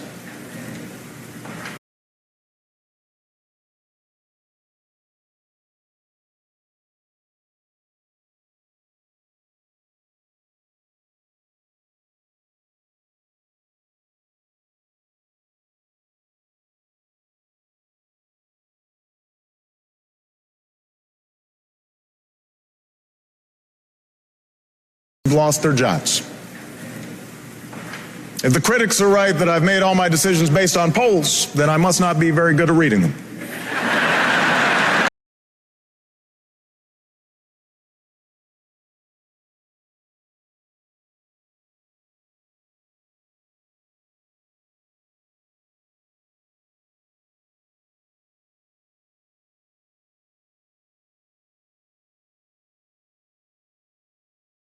And while I'm very proud of what we've achieved together, I'm far more mindful of my own failings, knowing exactly what Lincoln meant when he said, "I have been driven to my knees."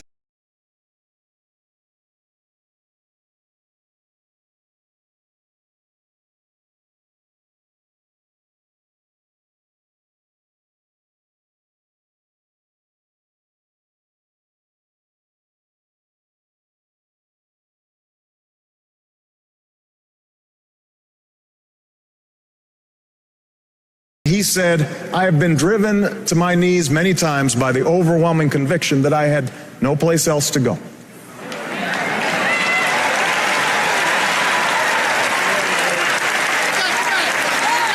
But as I stand here tonight, I have never been more hopeful about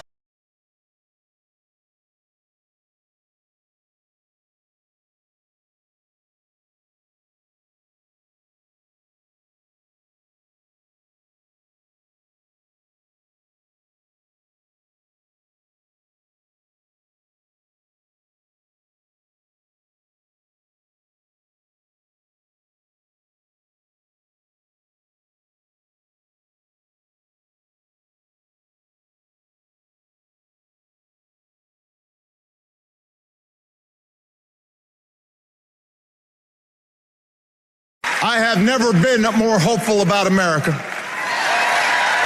Not because I think I have all the answers, not because I'm naive about the magnitude of our challenges.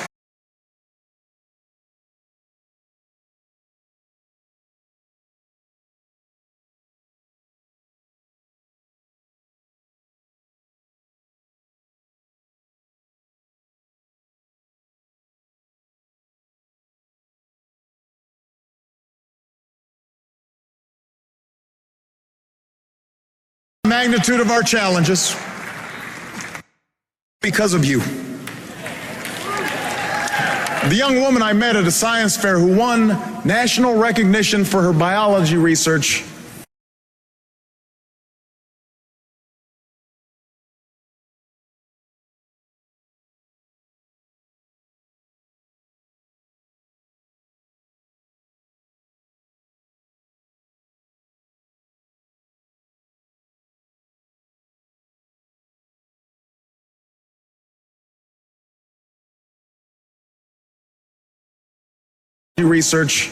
while living with her family at a homeless shelter. She gives me hope.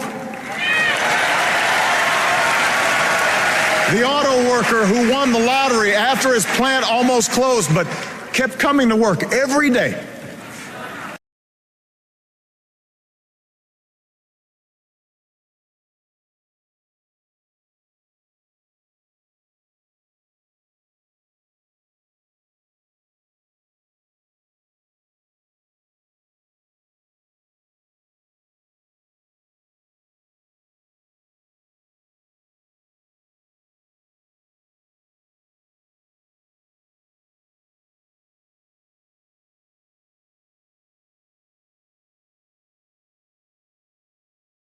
Coming to work every day and bought flags for his whole town and one of the cars that he built to surprise his wife. He gives me hope.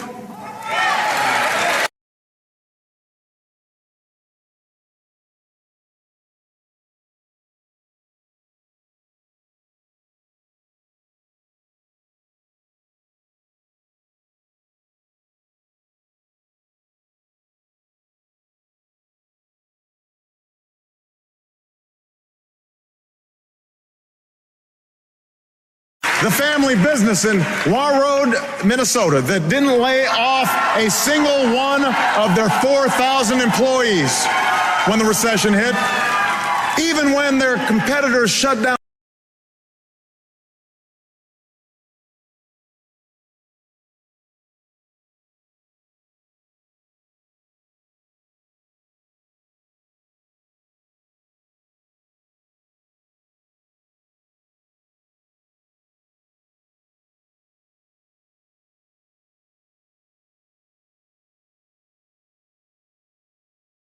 Even when their competitors shut down dozens of plants. even when it meant the owner gave up some perks and some pay, because they understood that their biggest asset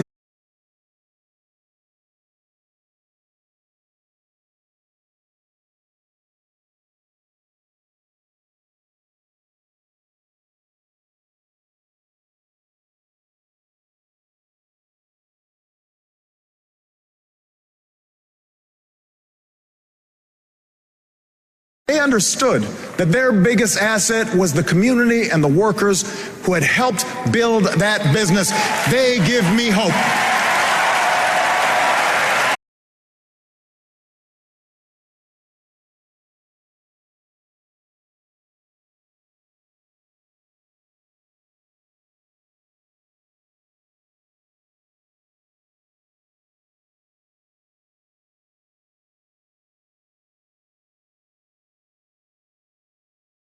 I think about the young sailor I met at Walter Reed Hospital, still recovering from a grenade attack that would cause him to have his leg amputated above the knee.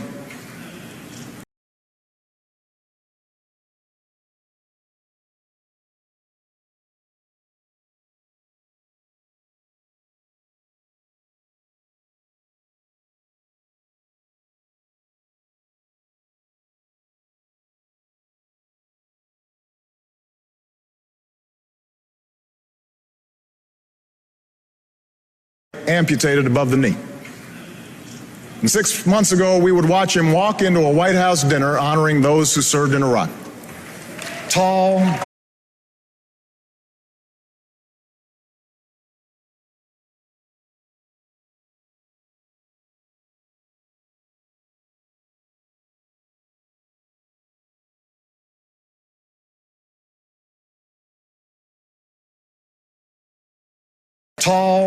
and 20 pounds heavier, dashing in his uniform, with a big grin on his face, sturdy on his new leg. And I remember how a few months after that, I would watch him on a bicycle.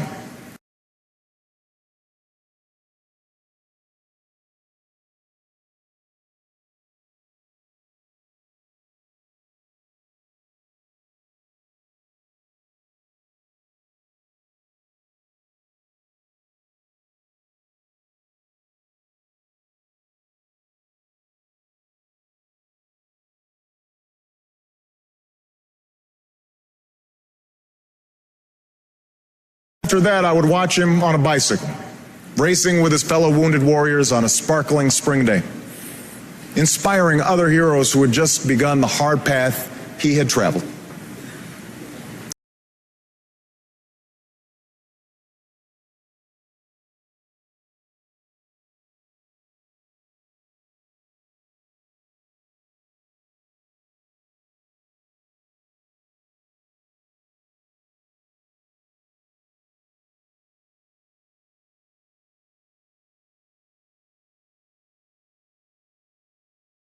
Begun the hard path he had traveled. He gives me hope.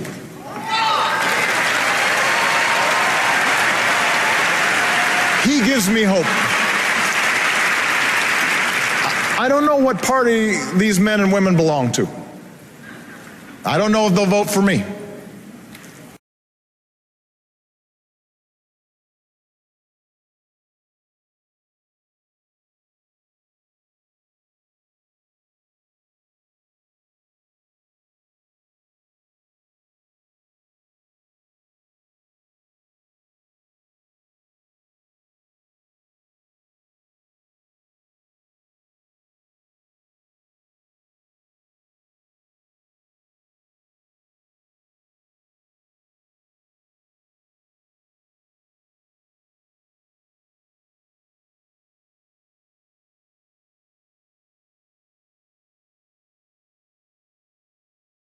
I don't know if they'll vote for me, but I know that their spirit defines us.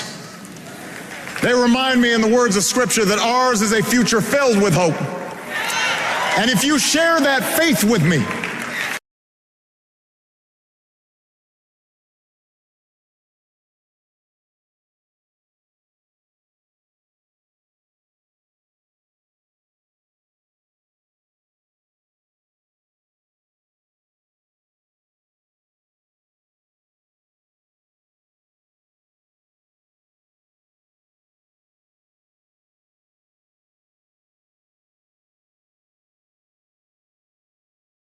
And if you share that faith with me, if you share that hope with me, I ask you tonight for your vote.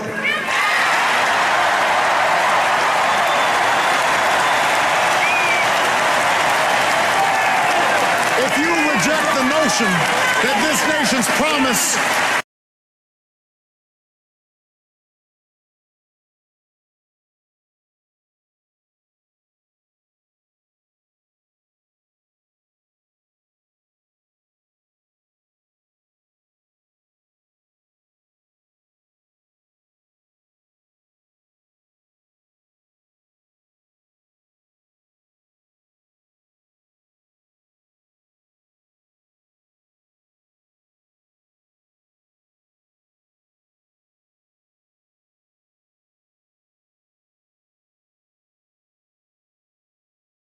nation's promise is reserved for the few, your voice must be heard in this election.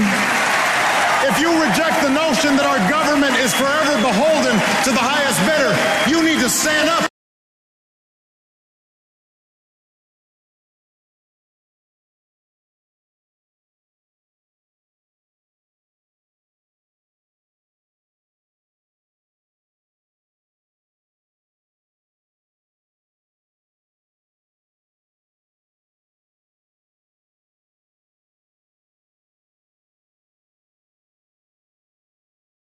The highest bidder, you need to stand up in this election. If you believe that new plants and factories can dot our landscape, that new energy can power our future, that new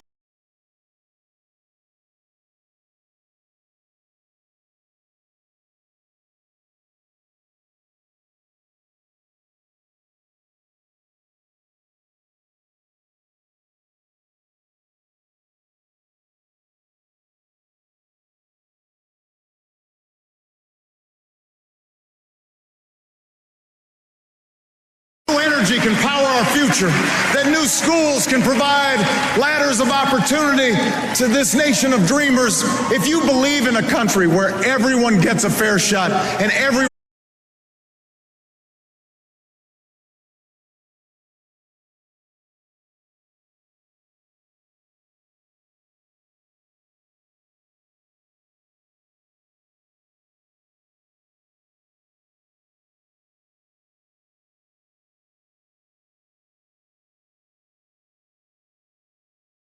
everyone gets a fair shot and everyone does their fair share and everyone plays by the same rules, then I need you to vote this November.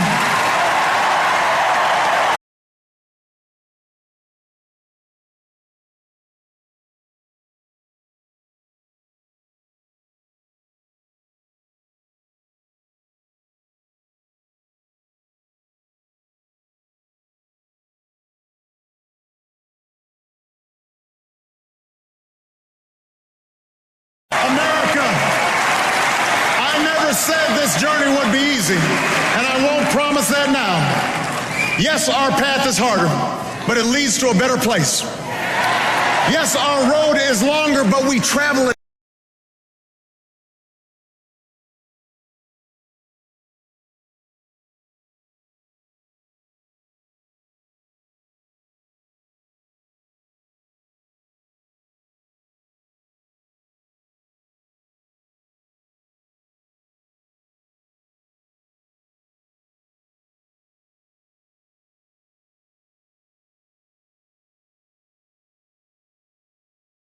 Yes, our road is longer, but we travel it together. We don't turn back. We leave no one behind. We pull each other up. We draw strength from our victories, and we learn from our mistakes, but we keep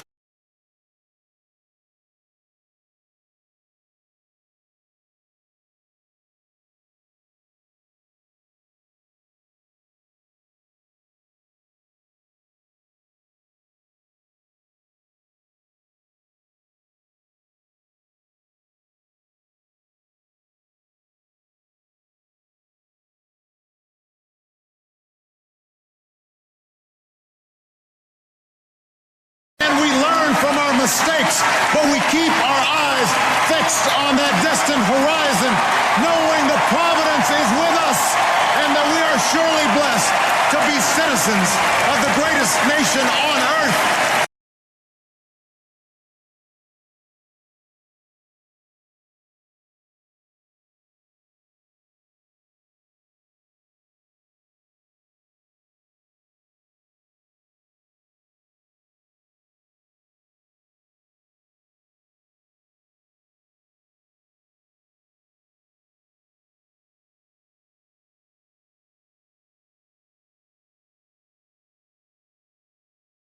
Citizens of the greatest nation on earth.